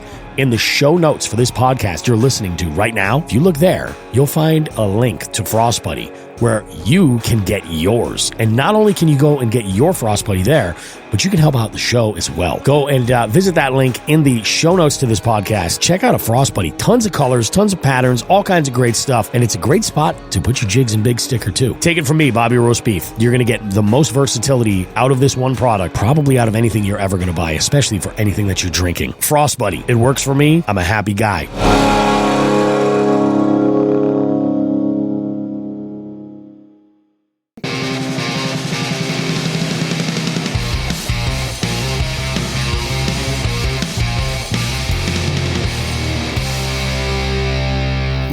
I'm just telling you, Jigs and Bigs is just all about Canada lately. I don't know what it is, whether it's St. Nick and his complaints of fishing the Detroit River and wanting to become an American so he can get access to it year-round, or if it's our next guest and her recent trip to a whole other part of Canada, Newfoundland. We got Becca in the house. Rebecca Yassine. Becca, how are you? How are things? Good, man. Everything's going good. long trip. Happy to have some time off to relax right now, but hell yeah. super stoked about the whole trip. I got to tell you. Newfoundland is very underrated for sure. Your content from that trip had me on the edge of my seat, like every single week, seeing another video. And I've had conversations with Jigs and Bigs listeners about your content. And they're like, it's so much. She's grown so much as a content creator. This stuff is so much more cinematic. And it's like, you feel like you're on that trip. But oh, Jesus, something's going on here with StreamYard. I don't know what the hell this shit is. What is this? What the hell? Look, it's Rhea and Taz. No way! I figured. Oh my God, I hate you guys, but I love you guys so much. I just figured if we were going to hear about the Newfoundland trip, we should all talk about it as a group, right? 100%. Yeah. It's perfect. It's nice. So I don't need any of these controls anymore. We can go full screen here. Rhea, welcome to Jigs and Bigs. This is your first time on the show, and hopefully not last. Becca's been on the show several times now. I can't even count. And we always she's obsessed with you. It's another afternoon for me right now. We always have a great time, whether it's recording a segment, doing a game show, or out camping and testing the boundaries of Becca's spice tolerance. We always manage somehow to have ourselves a great time. Nice. It's pretty low. It's a low tolerance. No, I think you got to give yourself a little bit more credit. I am very heavy-handed when it comes to, spice and everything. And I have to say also, while I'm on the subject of culinary abilities, Rhea, I give you big credit on your last video, that last meal that you prepared. Excellent job. Thank you. Thank you. Huh? What video? She just dropped it yesterday. You actually cooked something good in it? She did. Yeah, I don't know that it was really that great, though. It was just stuff from Trader Joe's. Like, I showed my dad on FaceTime, and he was like, what is that? I was like, okay, never mind. Not that great, apparently. I felt for you with that one. I was like, my goodness. But no, I think you did absolutely fantastic. I really did. Thank you. I appreciate that. Now, for her standards. Yeah, you're inflating my ego. Well, seriously. And I'll be honest with you, like Becca, I remember the first time Becca and I camped, and she was like, I'm going to make dinner and you make breakfast. And she made some simple pasta, but what she's doing now is like next level. So let's talk about the Newfoundland trip, because you guys did a lot. Like, we're talking catch and cooks, you did a polar plunge, you did all kinds of stuff. Why don't you guys just go ahead and take it and walk us through the whole thing for the Jigs and Bigs listeners that weren't glued to both of your channels through the entire trip? Well, it started with Becca. She invited me. So why don't you talk about it? Yeah. So for Newfoundland, I've always wanted to go. And I went up to Nova Scotia like in the summertime. And I tried to get on the ferry, but it was booked out for months. Like, the ferry ride is always booked out. It's very hard to get to Newfoundland in the warmer months. Like, yeah, especially because I wanted a dog-friendly cabin for Sky, because I wasn't going to leave her. Yeah, so that was like a huge part of it. And then, so I was in Nova Scotia hanging out with all these people that kept talking about it. And I already knew about it because like it was on, do you know the show Alone? The survival? Yeah, I've seen it. So it was that. And then I saw pictures of like St. John's, like downtown, whatever. So it's like always been in the back of my head. And then, I don't know. I just felt like I wanted to go with Maria so bad. And she was looking at ferries to go somewhere else. And I was looking at ferries at the same time. And then you FaceTimed me or something. And like, you were like, oh, I'm looking at ferries. And I was like, oh, me too. Like, Newfoundland? Like, would you want to go? And she had no idea what Newfoundland was. And she initially said maybe. I knew it was a province in Canada. Yeah. I just didn't know where. Yeah. And then, she didn't know, like, why would she spend all this time, money, and effort to go? Like, she didn't know if it was cool or whatever. But, and then she initially said maybe. And then I think she called me back, like, maybe a couple hours later and was like, yeah, let's do it. Like, let's drop a bag on a ferry ride and just go. That's awesome. I love that. I think that's freaking awesome. And that's the thing. It's kind of a mission to get to, because you're talking about you guys both exclusively are vehicle reliant when you're out on the road. So like, it's not as simple as like, hey, we're going to get a flight or we're going to, just take the ferry and grab whatever seats. You both have dogs. You both have your rigs that you have to bring out there. And you have both camped together before, but I mean, only just this year. And I kind of knew this moment was going to be happening because I've been following Becca forever. But Rhea, I've been following your stuff for like the last 2 years. And, oh, wow. And I've been like, man, I'm telling, and I think Becca, you and I had a conversation. And I was like, do you watch Roaming Reckless at all? And you were just like, oh my God, absolutely. And I was like, the two of you are going to be the best kind of mess when you connect. I remember that conversation. Right? Oh my God. Yeah, I remember that. That's so funny. And when so funny. I saw it happen, I was like, this is amazing. I knew that this was going to be out of this world. Just your chemistry together is absolutely nuts. It's whatever. She's like my best friend. It's like not even a big deal. I love it. And that's why I was just like, we're going to have Becca on to talk about Newfoundland. We're going to do all this kind of, I was like, I got to reach out to Rhea and see if she can crash this sucker. So I was going to, when you initially you were like, oh, hop on the pod and like talk about Newfoundland. I was like, oh, sure. And then I remember I brought it up to Maria randomly in the car one time. And I was like, I have a really good friend that does a podcast if you want to do it. And she was like iffy about it. So I didn't message her, but I was so close to messaging you and being like, you should talk about Newfoundland with me. So then when you popped up, I was like, oh my God, that's you guys got it. Meant to happen. So good. I love it. I absolutely love it. Dude. I love you guys. So that you guys get there and you had been there. This was like, you were around there like mid-October, something like that. Is that when you were up in? Yeah. The day we came back to mainland, like, when were we there? It was Halloween. I know it was Halloween. Oh, yeah, back on Halloween. Gotcha. Yeah. So we were there first. Yeah, something like that. That's a bucket list trip, man. Dude, you need to do longer than 10 days though. If you're gonna do the whole Arctic, we did. Well, we extended too. We originally were only going to be there for a week, and then we landed there, or was it on the ferry ride over? I can't remember when we extended it. We were in New Jersey. We were sitting at the expo, and we were like, "Oh my God, this is not it. We need longer." Right. Yeah, we were at expo. We started like looking at things we wanted to do, and there was just way too much, and how big the island was, and we're like, "Okay, we need to extend this trip." We still only did like half. There's so much we did not explore. Yeah, because the whole middle of the island we just cruised through, so we didn't even get to stop at any of the places. We didn't get to go to the town of Dildo, which is so sad. Which was Becca's number one destination. This is great because now you have the ability a goal to go back.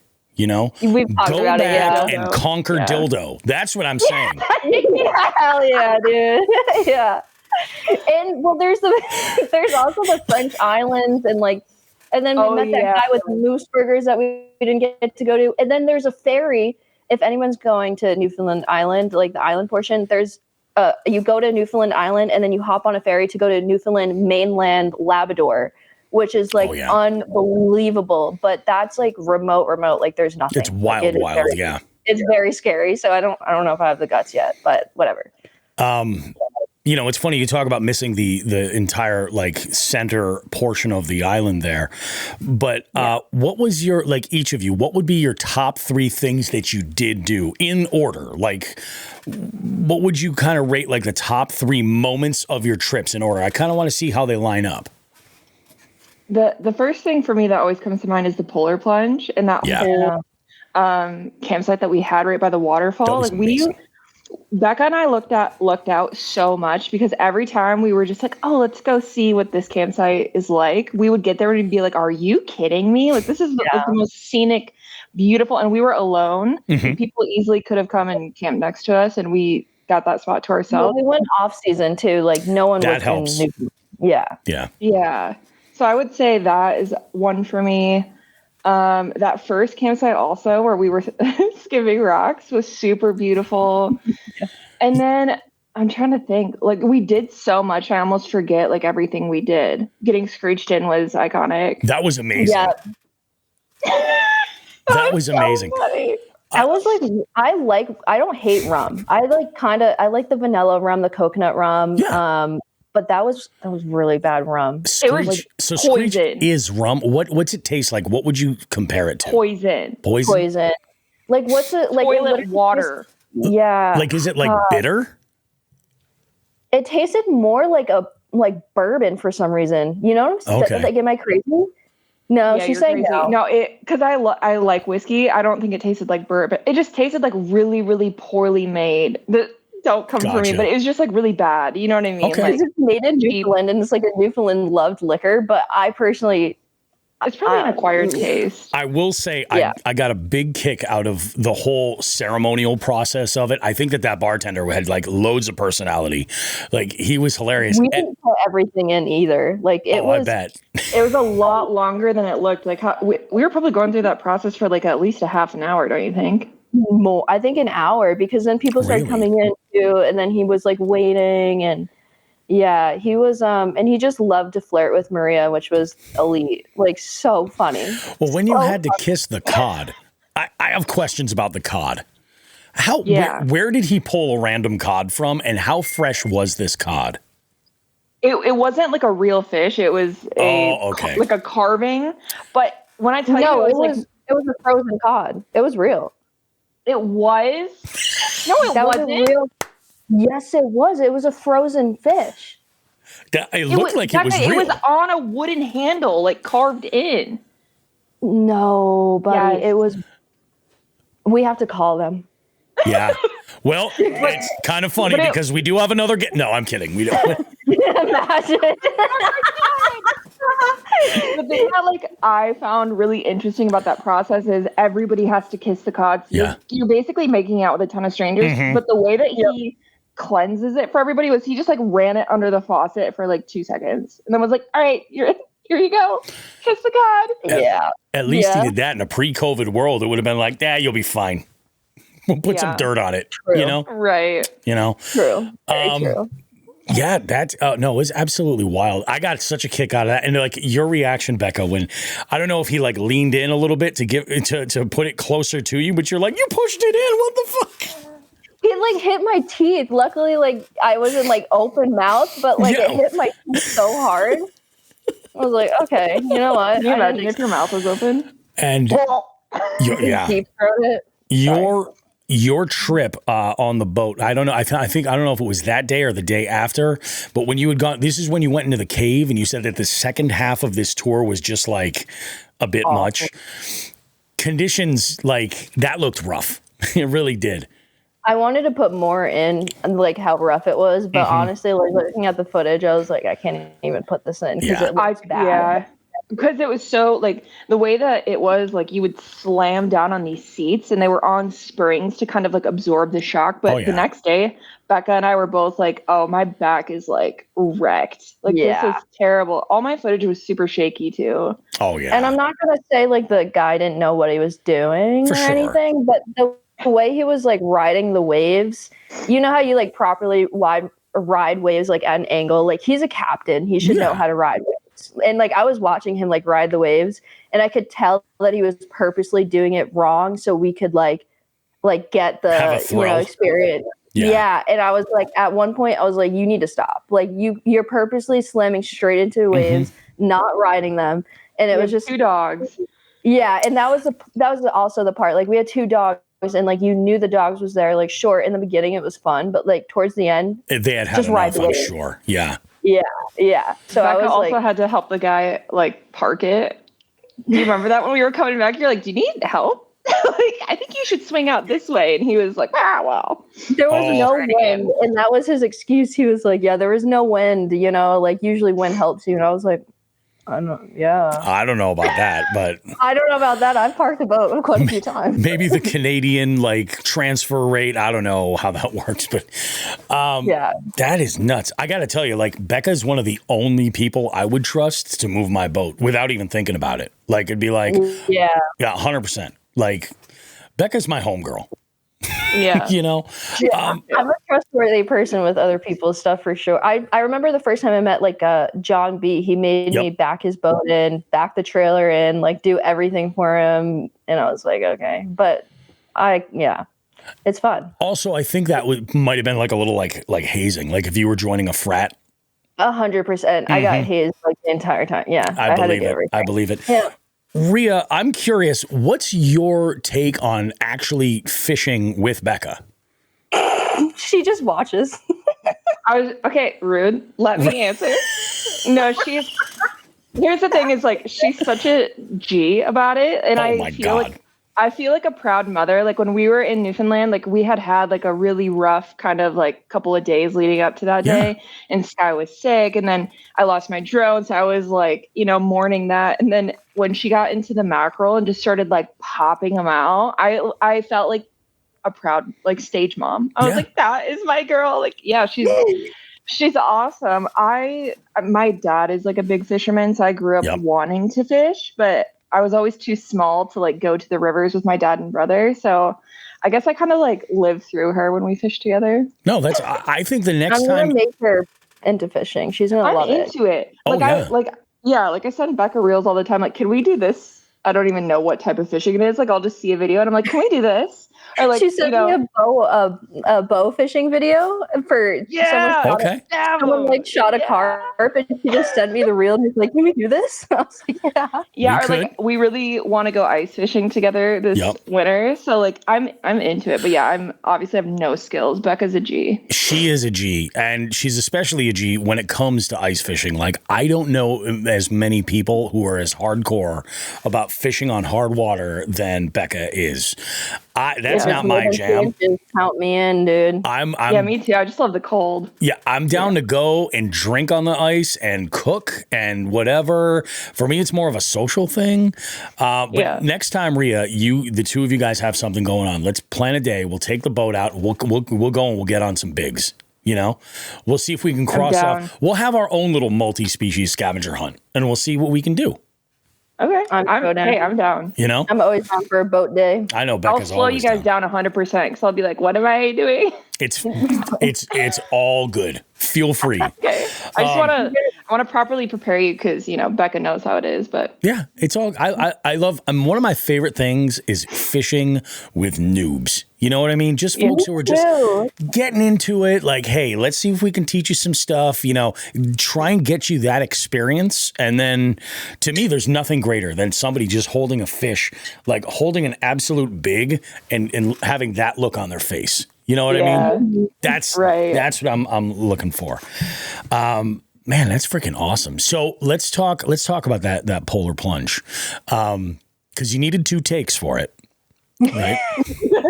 Yeah, but shout out to Maria because second I said my GoPro wasn't recording, there was no hesitation, and you were like, "Let's go again." Yeah. Right. Let's go again. Anything for the shot. Yeah. How cold was it? Not that bad, actually. Really? Once you're in. Yeah. You put your feet in, and we were both like, "Oh heck no!" Yeah. I feel like we actually thought it was warm once we got out. Like when we got in, we both were like, "Oh, this sucks," but once we got out, we were like, "Oh, it's fine." The air temp was a lot warmer than the water temp. Oh, okay. All right. That makes sense. Yeah. So you get out and you're just like, okay, all right, this is doable. Yeah. I thought that was absolutely hilarious. The getting screeched in was absolutely amazing. My heart sunk, Rio, when you lost your drone. That's awful. But I'll tell you what, like some of the footage that you guys each had was absolutely breathtaking. Like the landscape alone, amazing. I forget the name of the town, but there was one spot, I think Becca, it was a drone shot that you had put in where it's all these houses and they're all like vibrant colors along the coastline. And it's just amazing. There's one Newfoundland content creator that I follow regularly. Big shock. It's a food channel. Yeah, right? Big shock. Yeah. Are either of you familiar with Newfie Lifestyle on YouTube? No, but I'm about to be because I didn't know there's like YouTubers in Newfoundland. Oh, yeah. Yeah. I mean, he's got a pretty decent audience, too. He's got a good number of followers. His stuff is primarily like Newfoundland, like classic cuisine. So, like, I just watched a video where he was like, we're going to do a classic Newfoundland cold plate. And he made it was 3 different, like, potato salads and all of this stuff. Like, it's kind of nuts. A lot of the Newfoundland cuisine is very classic New England as well.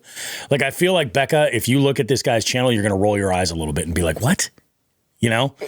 Yeah, it's the same waters, the same like, the same environment when it comes to like crops growing and everything. So it makes sense. Oh yeah, and the fish, especially because he does fish on his channel. I think he's got a video where he's mackerel fishing. Tell you the truth, I think he might. Isn't it crazy how people in Nova Scotia and Newfoundland like live to eat mackerel, and then when I catch mackerel back in New England, we use them for bait to catch striper. It's like crazy. We don't eat them. I was just watching a video from Tackle to the People. This is a few weeks ago, and they do a lot of like tuna fishing and all types of saltwater stuff. And there was a video about mackerel fishing, and that's exactly what they said. They were like, this is considered to be generally like sort of, it's bait for the most part. Most people don't think about it. But all around the world, it's a fish that people absolutely love to eat, and it's good. Yeah. So what did you do with your catch? I'm curious because I don't know. Did you get into like the recipe for that on your video? Yeah, I just like pan fried it, or not fried it, but like cooked it on a pan with some olive oil and like kept it simple with Old Bay and whatever. You gotta go. But I had so much left over that it's still in my freezer here at the apartment. That's awesome. Like I have 22 fillets. Yeah, there's so much. Shit. Yeah, and that wasn't even my limit. I was gonna say, like the limit's got to be crazy because people are using them. That's nuts. Yeah, I know. Yeah, we could have done it, but it's fine. If we didn't like get into them at the end of the tour, you would have gotten definitely limited out. Yeah.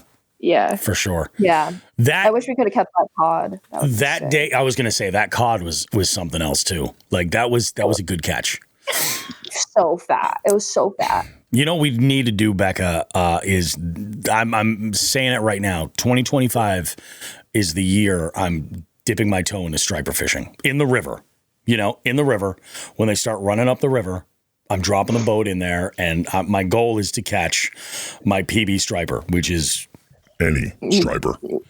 I can literally bring you to a spot in Rhode Island where they are right now, and we can go catch them right now if we wanted to. I know. I have a personal vendetta with because where I live, the Connecticut River comes right on up, and there's a striper run, and people go ape shit in Western Massachusetts for this striper run. So I got a box to check there, but I'm game. Especially, we can go like anytime. Actually, maybe Saturday if you're around. I'm looking to fish on Saturday.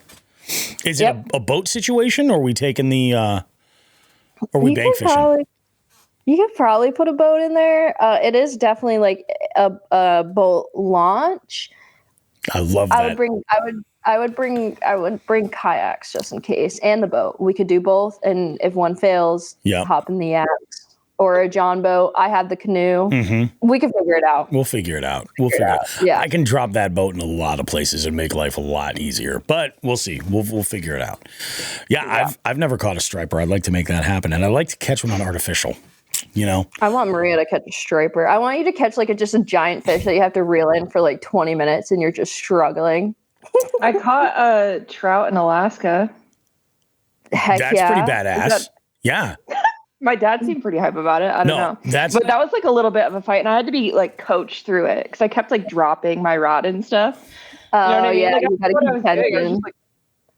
Yeah, it's intense. I'm trying to get a striper. Trout are something. Especially Alaskan fishing in general is nuts.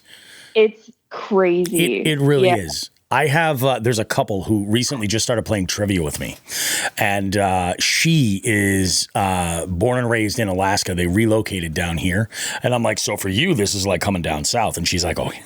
It's nice.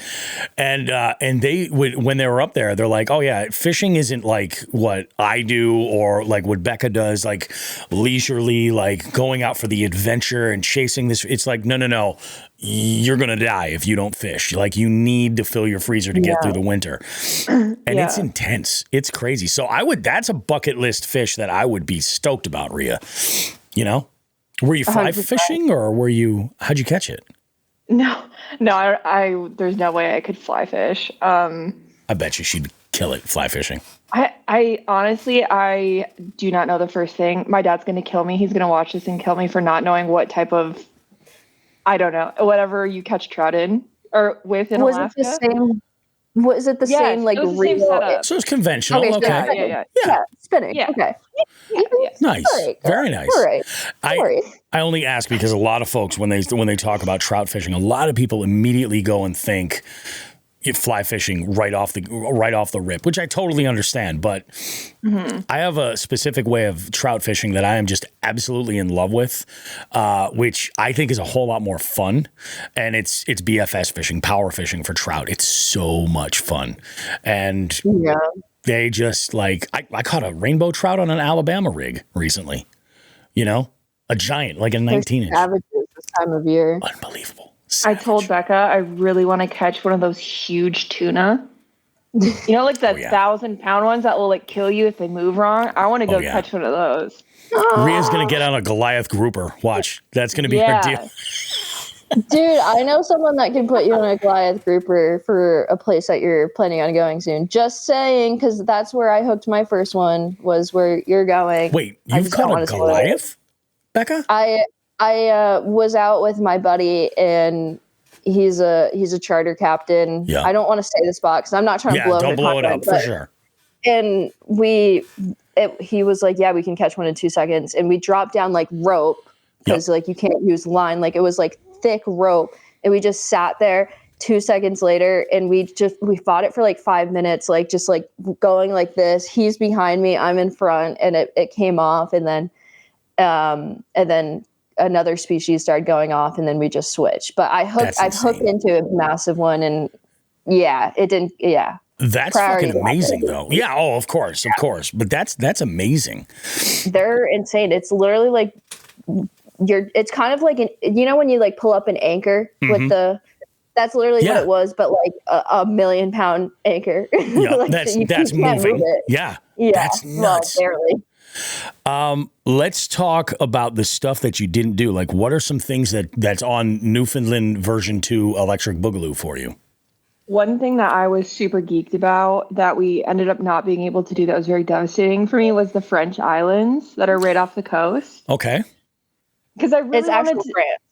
Yeah, it's France. So I really wanted to do a video like truck camping in France, but like so people would just think.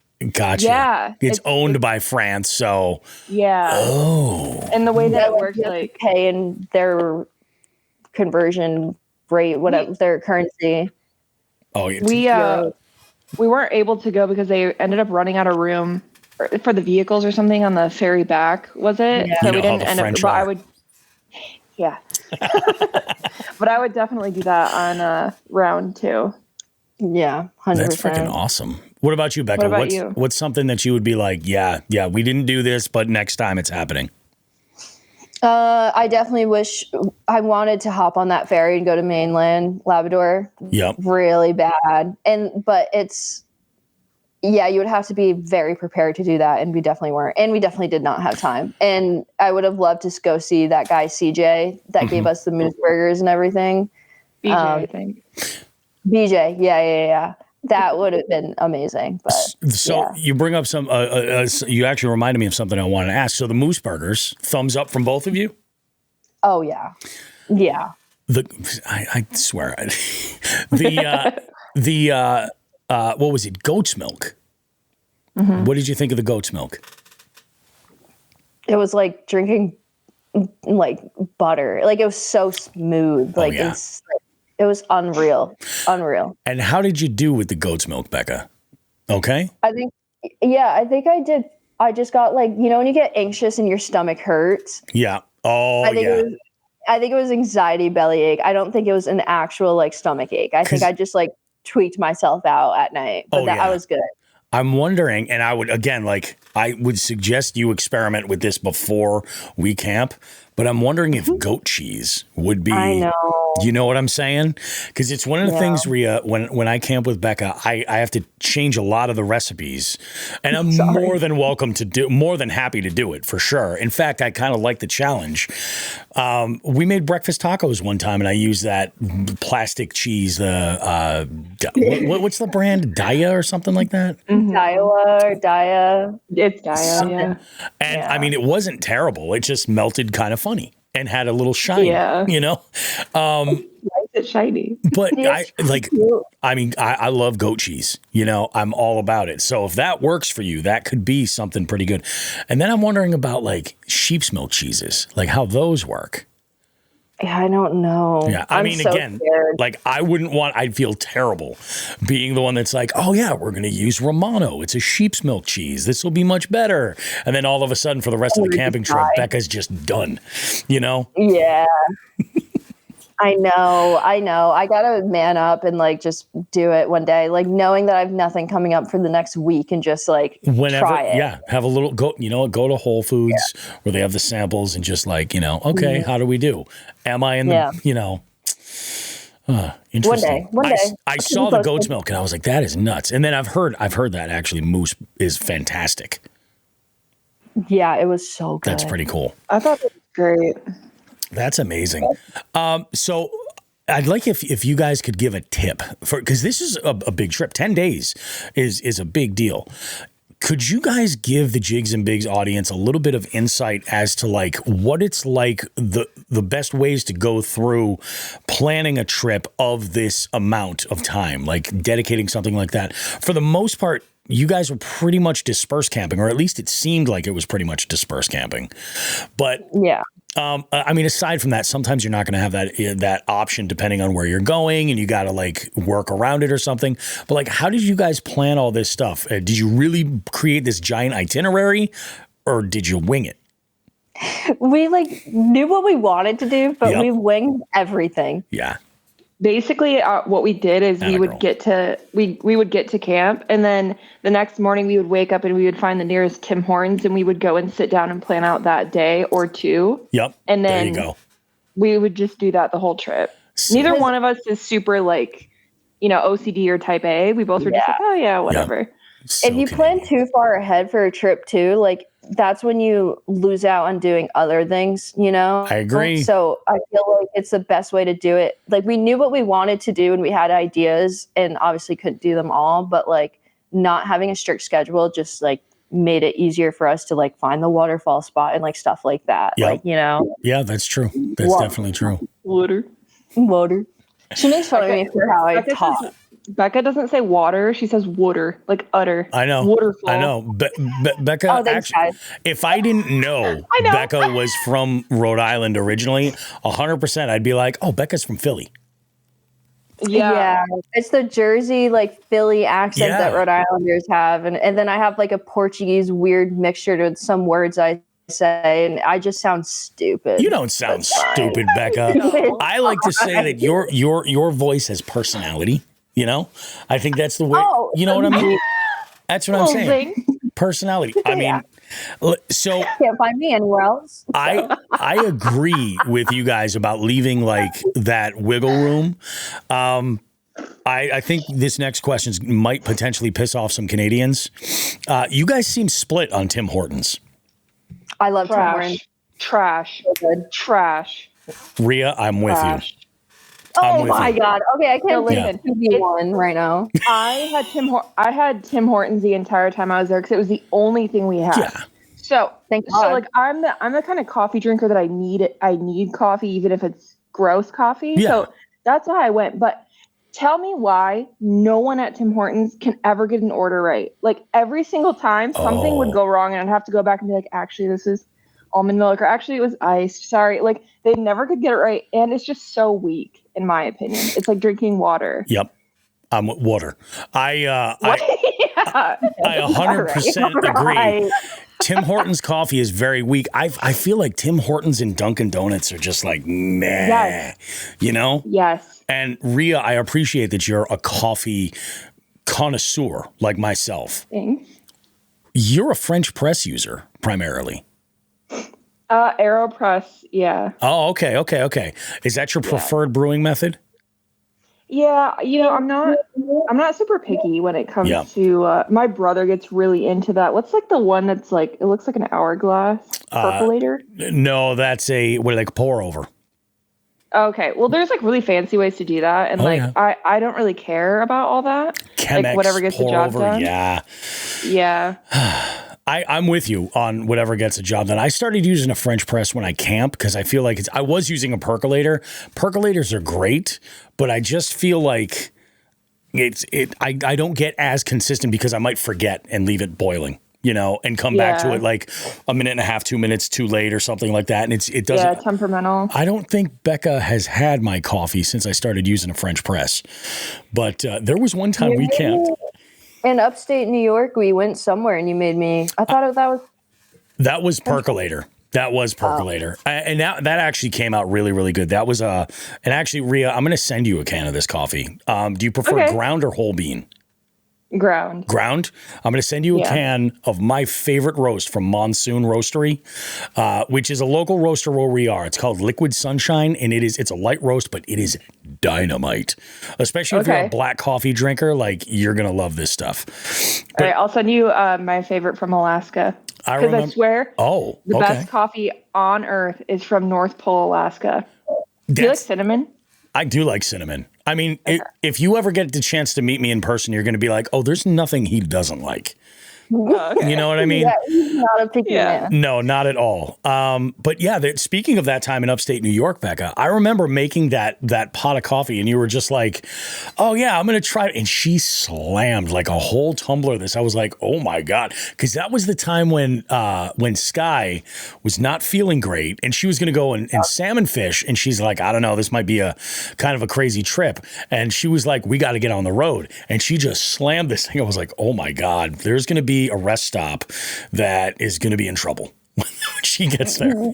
I was good too. Caffeine. It was good. That coffee was that Monsoon Roastery, that Liquid Sunshine. That's what I like to bring when I camp. It's good. It's definitely good. It's definitely good. And she hot black coffee, just crazy. That's not true. You said it tasted like mud. Did I? Or I might have said that, but you were like, "This is way too dark, way too strong." And I just feel like mine's like really, mine's rough. Oh, remember you were like, oh, this doesn't have creamer in it yet, though, does it? And I was like, no, it did. And you were like, oh. It was the kind of coffee that had legs, like it really, Yeah, put some hair in it. But I don't mind having coffee like that sometimes. I don't know how you guys do that every day, but whatever. It's something. It is something. There are folks who, when they make coffee, they take the grounds and they just boil it with their water. Cowboy coffee. Yep, cowboy coffee, exactly. Let it settle and then hope for the best, and pour off what they can. You got to do what you got to do. I've been there. I've done it. Amen. I don't know. Caffeine's not like, we don't have a relationship like that where I feel like I need caffeine so bad, It's weird when you guys are not anywhere near my age. When you get to my age, it's not even going to be about the caffeine. You're just going to be like, I just love this, Yeah. I'm already there. I'm trying not to I'm do so caffeine. addicted. There you go. You're like my youngest daughter. She loves the energy drinks.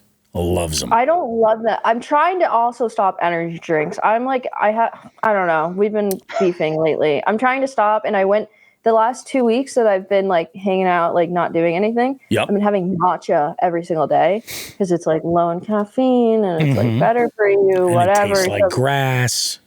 It does. It tastes like hay. Yes. That's not a bad thing. I've had cheeses where I'm just like, I can taste the grass that the cow ate. I think matcha is great. I don't know. But that's been my thing right now is currently it's matcha because it's not too much caffeine.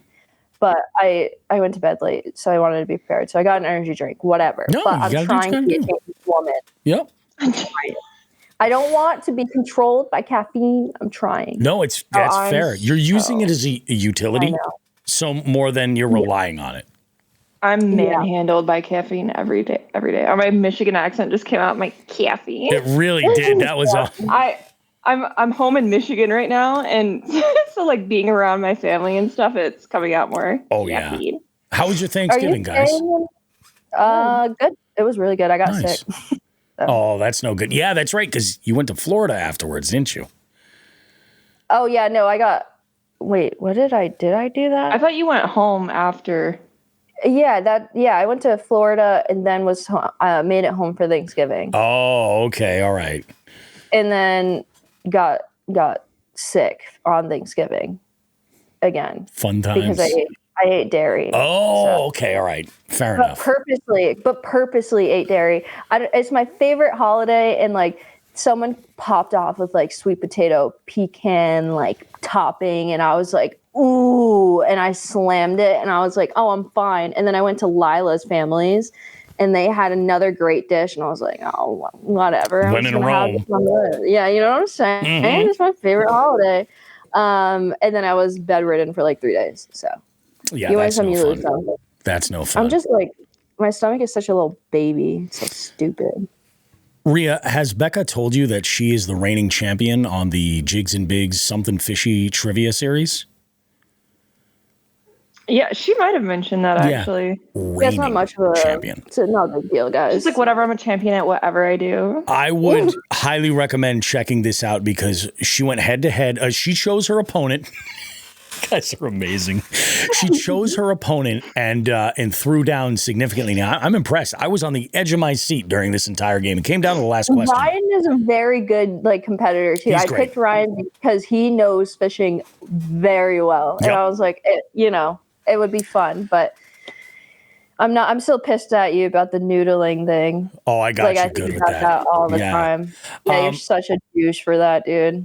I would really like to have the both of you guys go head to head on a abbreviated general knowledge level where it's just a mix of pop culture, a little bit of academia, a little bit of everything together. If you guys are down, we'll take the fishing element out of it. Maybe. Oh, yeah. I was going to say, if this is around fishing, I'm screwed. Oh, yeah. No. I won't do that to you. Maybe I'll incorporate some camp stuff. You know? Yeah. That could be fun.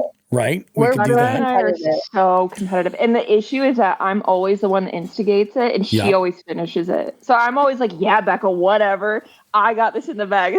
She always wins. Well, and I know you guys are just competitive. There's a competitive streak in both of you. Yeah. It's also like the sister bond that we have too. Like we have to compete. We have to prove the other one wrong all the time. I love that though. I love toxic. Now we've talked about Becca's rig on the show a lot, and I mean it's a sweet setup. That 4-wheel camper top is, I think, exactly what that F-150 needed to really elevate things to the next level. But Rhea, your rig is entirely different. Explain your rig for the folks that aren't currently following you, because if you're not following Roaming Reckless, what are you doing with your life? Go follow her now. It's a 1997 Land Rover Defender, and it was a military spec. So it came over from the Royal Air Force in England. So it's right-hand drive, manual transmission. And I got it just like totally stripped bare. There was nothing in it. Yep.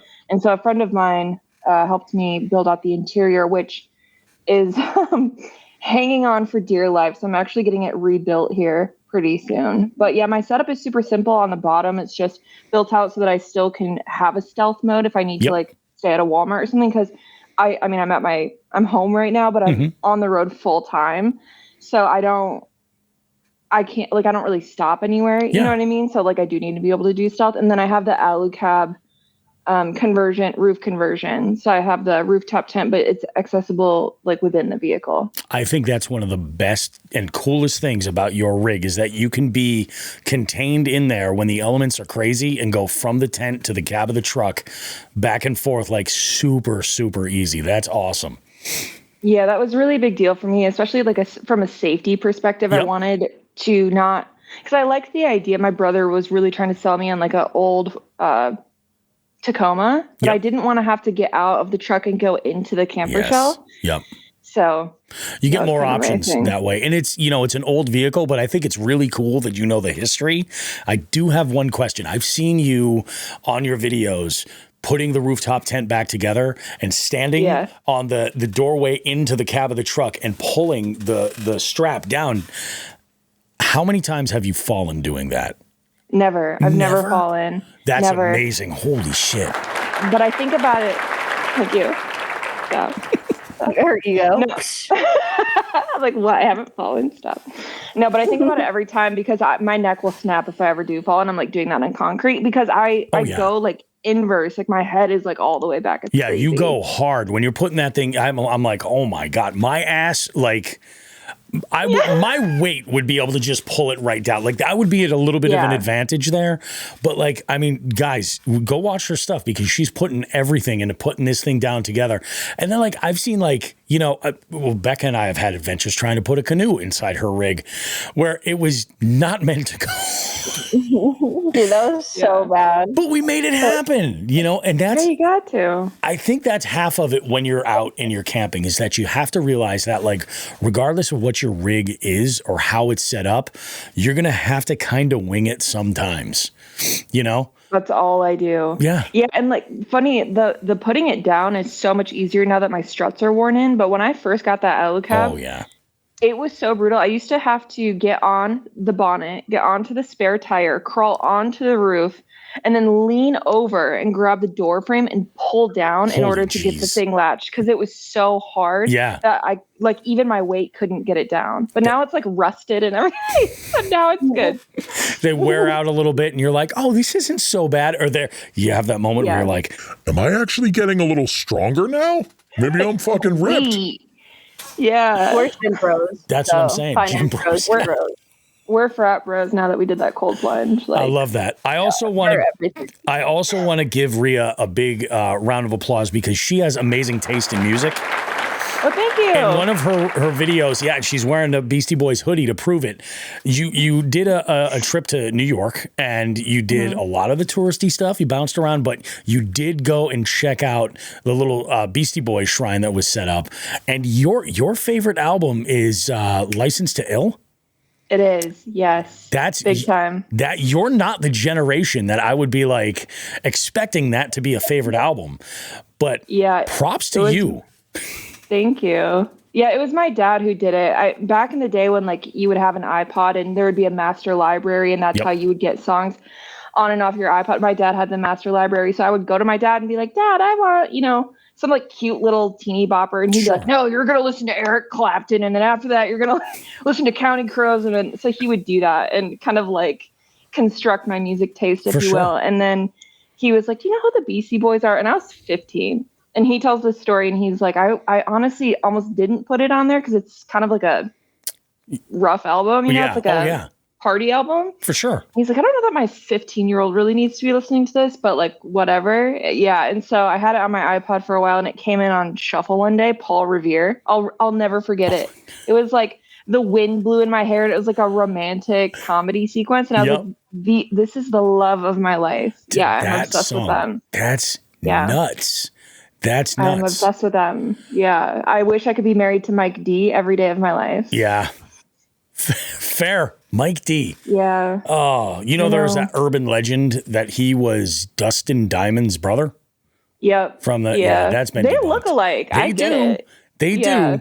And same last name and everything, but like, totally different individuals. Mike D is a great human being. Screech is trash. You know what I'm saying? Yeah. Two totally different people. I don't know much about Screech. I just know they look alike. Yeah. Yeah. You're not missing out. Okay.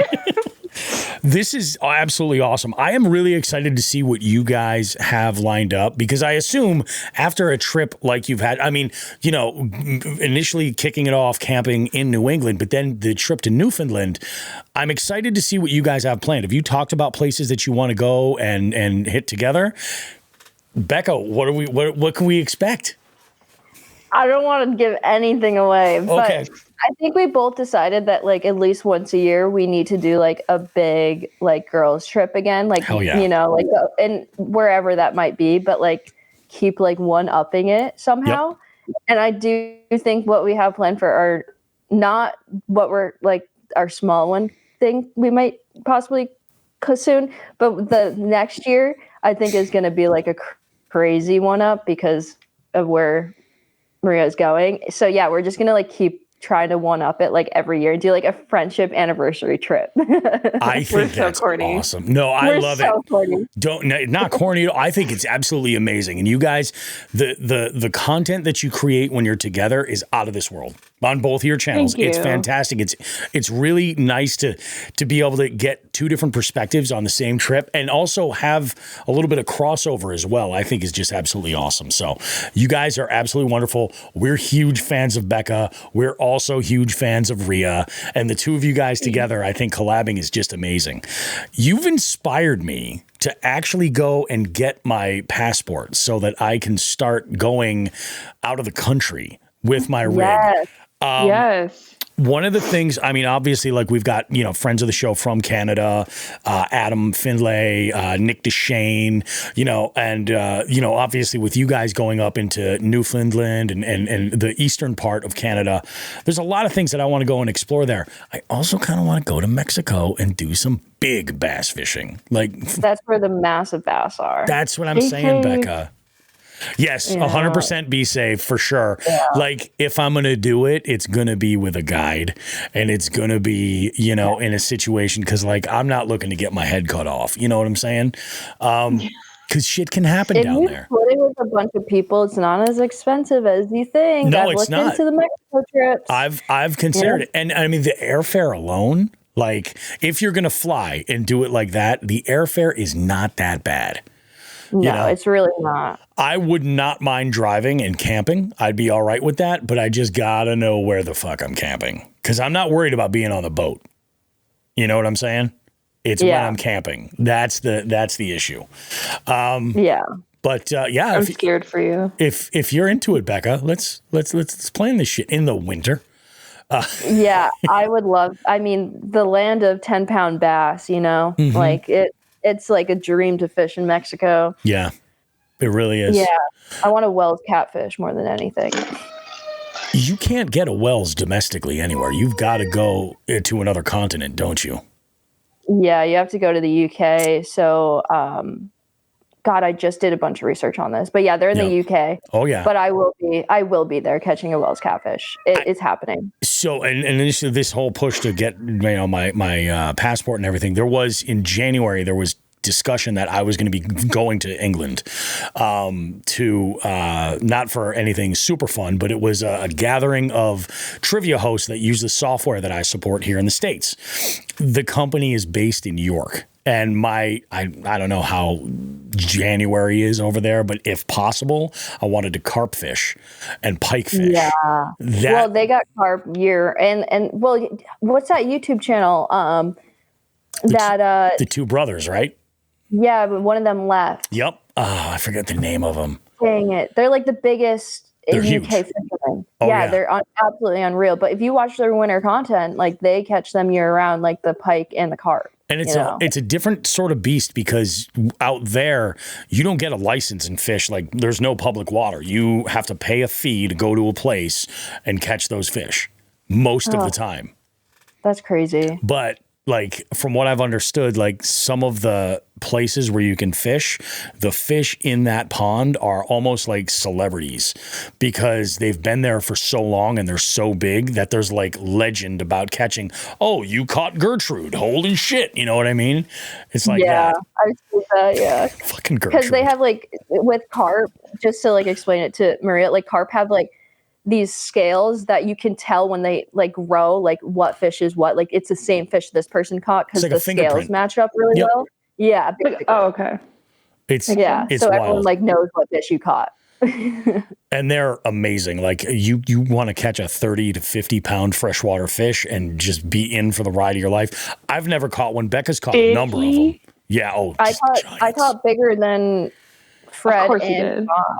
Do you remember that? It was like 5 pounds away from the state record in New Hampshire. That's my girl. And that's when these two guys were like, oh, we need to go get cornflakes or whatever they needed at the store. And they left. And Becca was like, okay, I'll just watch all this stuff on my own. And she got this footage and everything. And it was wild. It was really wild. I've never even. They just dipped. And I've never caught a carp before in my life. I didn't know what I was doing. And they're like, we'll be back. We're just going to go get bait. And I'm like sitting on a riverbank by myself, middle of New Hampshire. And the rod, because it has like what the noise thing, like it has an alarm. Yep, they have their alarm detector, rod. Yeah. Yep. Yeah, and the alarm started going off, and I was like, fuck. No, like I can't do this. I don't know what is like I don't know if everything was set up to go. Like I didn't know if the drag was good, and I just was like, okay. it was scary. And she had it on, and that's awesome. Yeah, I got there's still so much. This episode that this segment's going to be in, Joe and I just finished, and our tip this week is about winter fishing and how like your adventure for fishing doesn't have to end because winter's here and things slow down. There's ways you can open water fish if you can find it, and obviously ice fishing is an opportunity. But we give some points on tactics and things to be able to use. You guys are adorable. Sorry, You're just like, giggling at each other. like, Ria's blinded by the sun. You ever see those videos and it's like your friend in class and you look at each other and the teacher you keep laughing like this is us. This I can't look at her. Exactly what I was hoping to happen. 100%. We would have been horrible in high school. 100%. It would have been the nightmare team for sure. Like we are now, just on YouTube. Totally. Are you guys about the same age? No. No. You're 5.5 years younger than I am. Mm-hmm. No kidding. Yeah, because I would think you guys are like probably graduated the same year. Like you guys are like so dialed. But I mean, what's 5 mom, years? Though. You would think that she's older. Really? Yeah. Sometimes that's the way it works. I feel like that's how it is with my kids sometimes. Yeah, she's totally. I'm like the wild child who doesn't care about anything. I don't think anything through. I'm like, whatever, we'll be fine. She's like, no, this isn't safe. We need to eat. Let me cook. She's got the stable relationship, and I'm just like, whatever. I love that. I fucking love that for both of you guys. I think it's awesome. I want to thank you guys so much for being part of the show. This is absolutely awesome. I'm sure the listeners are absolutely going to love this stuff. Do me a favor, both of you guys, shout out where folks can find you, all of your content, everything else, and go ahead and promote yourselves a little bit. Oh, you guys suck. are so Okay. kind. Oh, look at us. We're so cute. Ew. So my Instagram is Becca Yassine, YouTube Becca Y, and then I do TikTok too sometimes. But yeah, any social media is either Becca Y or Becca Yassine. That's where you can find me. I'm just at roaming reckless on everything. Yeah, it's the best way to be, I think, on everything. Yeah. Awesome. You guys are absolutely fantastic. Becca, you and I, let's seriously, let's come up with a plan maybe for this weekend. If it's going for stripers, I'm down. Like I've got the time this weekend, so I'm 100% into it. I don't have any brunch going on Sunday either. So realistically, we could go and I could even camp and then just come back on Sunday for trivia that night. But I'm around too. I love that. I'm good for this month. I'm open, so let me know. Sounds like a plan to me. Ria, it was wonderful meeting you. Let's get you on here for a full, proper interview, talk about all kinds of stuff, roaming reckless. And we're going to be planning some roundtable conversations. And one of them that I want to focus on is planning trips, whether they're fishing trips, hunting trips, whatever the goal is. And I want to kind of inspire people because there's so many folks out there that are like, oh, God, I can never go any of these places that you do. I got to work all the time. And I'm like, I get that. But there's stuff that I think folks can take advantage of to make it digestible and enrich their life experience. And that's, I think, what we're really all here for. Totally. Yeah. I love that. You guys are absolutely awesome. Thanks so much, folks. We'll see you with more Jigs and Bigs coming up right after this. Hey, Dave, I thought you'd be spawning up on the north end. Me and the little lady had a misunderstanding. Oh, that's too bad. Yeah, so anyway, I was thinking I'd take her out for a nice meal tonight. And that sounds nice. Yeah, so listen, that's where you come in. Hoping that you might be able to stay off the rock pile. Oh, yeah, no problem. It's Parcheesi night anyway. So. Yeah, Parcheesi. Are you serious? Hey, listen, man, we'll see you later. All right, see you around. Fish can't say no to a Rapala.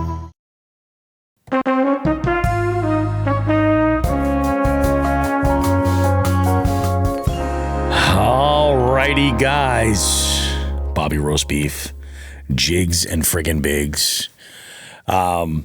This segment of the show is after that interview, and this is good news because I just got a DM from Ria, Roaming Reckless, making sure that we're still on for today. So this is good. I'm going to confirm with her now, and hopefully that interview segment is awesome. Because breaking through the fourth wall, I haven't recorded it yet. It's going to be happening in 45 minutes. So it's going to be good stuff. What an amazing show, though. Yeah. I think we covered a lot. And it was good. It was good. Joe, what do you have lined up in the coming week? You got any like fishy kind of stuff we can look forward to? Anything like that? No, man. Now I'm kind of in that, like, after talking about the rivers and stuff like that, I might kind of see if I can put some stuff together, maybe get Jeremiah, out and maybe hit like the shores of the Swift or some other rivers around here. Just kind of see what happens. You know what, man? This wouldn't be a terrible idea to grab that BFS combo. And start dicking around with it a little bit and get comfortable with it. Like I said, it might be the rod is just not the right one for a specific deal. I'm going to be building another combo this season. Just so I can have another one on hand, primarily because I want to spread the BFS love everywhere. In fact, like I want to teach Jimmy how to use a bait caster, but I think starting him on a BFS would be the way to go. Probably be frustrating as hell because you really do have to just finesse that reel and let it do the work. But I think that, that could be a challenge. We'll start there and then we'll figure it all out. I think you're right though. I think I 100% need to do that. So, did I tell you I lost that fucking A-rig? Yeah. That sucked. So I gotta order some shit from Bastope, which is fine with me. And what is nice is that I'll be hitting those Connecticut waters, throwing a 5 like a full on chandelier, dude. That shit's gonna happen. And I'm looking forward to that. But this is very good. This is not the dark winter times that I think we're kind of floating around the minds of all these New England anglers out here. No. This is an opportunity right here. It's more than buying gear, these holiday sales and everything, and then the expos coming up shortly after that, and all that. No, we're gonna be getting out. We're gonna get on some water. We're gonna catch some fish. We're gonna learn a few things, and then we're gonna apply some shit in the spring, and it's gonna be absolutely badass. And hopefully, you guys are all here for it. I think most of you will be. What does 2025 hold? A lot. So we have some stuff coming up in 2025 that you guys are going to want to know about. The multi-species scavenger hunt is back, and it's going to be even better because we're adding 2 opens for 2025. These are high ticket levels, true serious competition here, and these opens will serve as a way to filter through anglers to have them qualify to be part of a championship that we'll be doing in early 2026. So we're building, we're growing, things are happening with that. Slot limit tournaments are going to continue. Planning on doing one a month. That's the plan. Slot limit tournament for the bass angler out there, the bass purist. This is your opportunity. And the slot limit allows you to compete in a fair way up against anglers from all over the country. No real advantage if you've got huge fish where you are. In some ways, that might not actually help you at all. But it's going to be a blast. We're going to have a good time with it. I hope you guys are excited about it, and it's going to be fantastic. So that is one of the things I'll be doing as we get right after the holidays, like right after New Year's. I'm going to be prepping all of those tournaments so that they can be as automated as possible. That's my goal this winter, is to have the tournaments just be automated so that registration fires, the social posts fire, everything happens as it should. Actually, let's talk about social media for a minute. Yeah. I had a conversation recently with a close friend of the show about TikTok. And I had a conversation with Ramon Outdoors about TikTok. He has a pretty good understanding of TikTok. And Joe, do you? I know you've got a sizable following on TikTok, and you post regularly on TikTok. Yeah.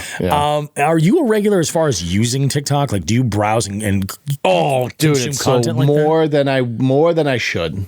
Oh, really? Okay. Oh, dude, I'm always on TikTok. And it's funny because, just like you, I'm a sucker for comedy. And there's there's always shit on there. And so I'm going to give a little secret. Like, I use TikTok on my end for obviously fishing content, but I don't view fishing content very often on TikTok. Oh, mostly really? because my algorithm is just like such different janky. shit. Yeah. Yep. So I started posting a couple of things on TikTok here and there, and I'm trying to do more. My plan is this. Another friend of the show had suggested that I start doing regular weekly TikTok lives, like just going on and going live. And so I had toyed around with that. I actually had looked into a way to do it without using my phone and just do it right from my laptop right here in the Disco Dungeon studio. The problem is the TikTok Studio app for MacBook is hot garbage. It just fucking crashes every time I open it. Even TikTok doesn't offer one on their website for Apple. There's a Windows TikTok Studio. Yeah. So I'm hoping that changes, because I really would like to be able to utilize this camera, this audio, everything else, and do that. But in the meantime, I'm going to be doing some stuff on my phone. I have some lives that I want to do that are a little bit more like unique than others. Like, I'd love to do one while I'm, cooking chili. Like, I have this recipe for Colorado chili that I want to make so badly, and it's just going to be awesome. But I'm like, yeah, it'd be great. I could set up my Easy Up on my table and my stove and everything, and just pop the camera on a phone right over here as I'm doing everything and just talk. I've been watching J Bros Lures on TikTok religiously, like the last 3 days in a row. I'm just like, oh, I watch them. I watch him. I watch Battle Baits a lot on there. Yep, Battle Baits, Tactical. I watch like there's all kinds of good stuff that I am all over. And I mean, slight flex here, but Bobby Roast Beef, after being such a non-believer in TikTok, just finally crossed the threshold of 1,000 followers. Hell yeah! So yeah. The other thing that I do plan on doing, and this is one of the things that Ramon and I had talked about, was like, one of the things that I want to utilize TikTok for is online selling of drugs. No, of online selling for like folks that we're already partnered with, but beyond that too. Like, I know Reaction Tackle is on TikTok and they're available on TikTok Shop. I'm not sure if Dark Horse has inventory on TikTok, but I don't believe on TikTok. Yeah, I'm not sure that they do, but if they get to that point, then I would love to do some stuff over there. But take a product and talk about it, like do all this kind of stuff, and make it a regular sort of maybe we talk about what's coming up in the show to come and review the previous show in there, where I'll just kind of go on and on and on and talk about some of this stuff, because that's the one thing that your boy Bobby Roast Beef has, is the gift of fucking gab. And I will go on and on and on. And that's what Ramon and I were talking about. He was like, he's like, the selling live, he's like, I don't really love that so much. He's like, just because that doesn't fit my personality and what I do. Yeah. But he was like, you have the ability to riff. Like, you can go on and on and on and on and just have it just be natural, like the interaction with people. He's like, so you might do really well with that. And I said, I'm definitely willing to try. These are just different ways that I'm trying to create a way to support, to build support for the show, so that I can do more shit. And get out there and do some stuff. The one fucking thing I can't stand about TikTok is the fucking the community guidelines. I went live on a whim on Thursday night, and I was trying to have a conversation about Everyday Cannabis Company and how they had sent me a few products to kind of check out. I had actually talked to them about sponsoring fishy trivia and stuff.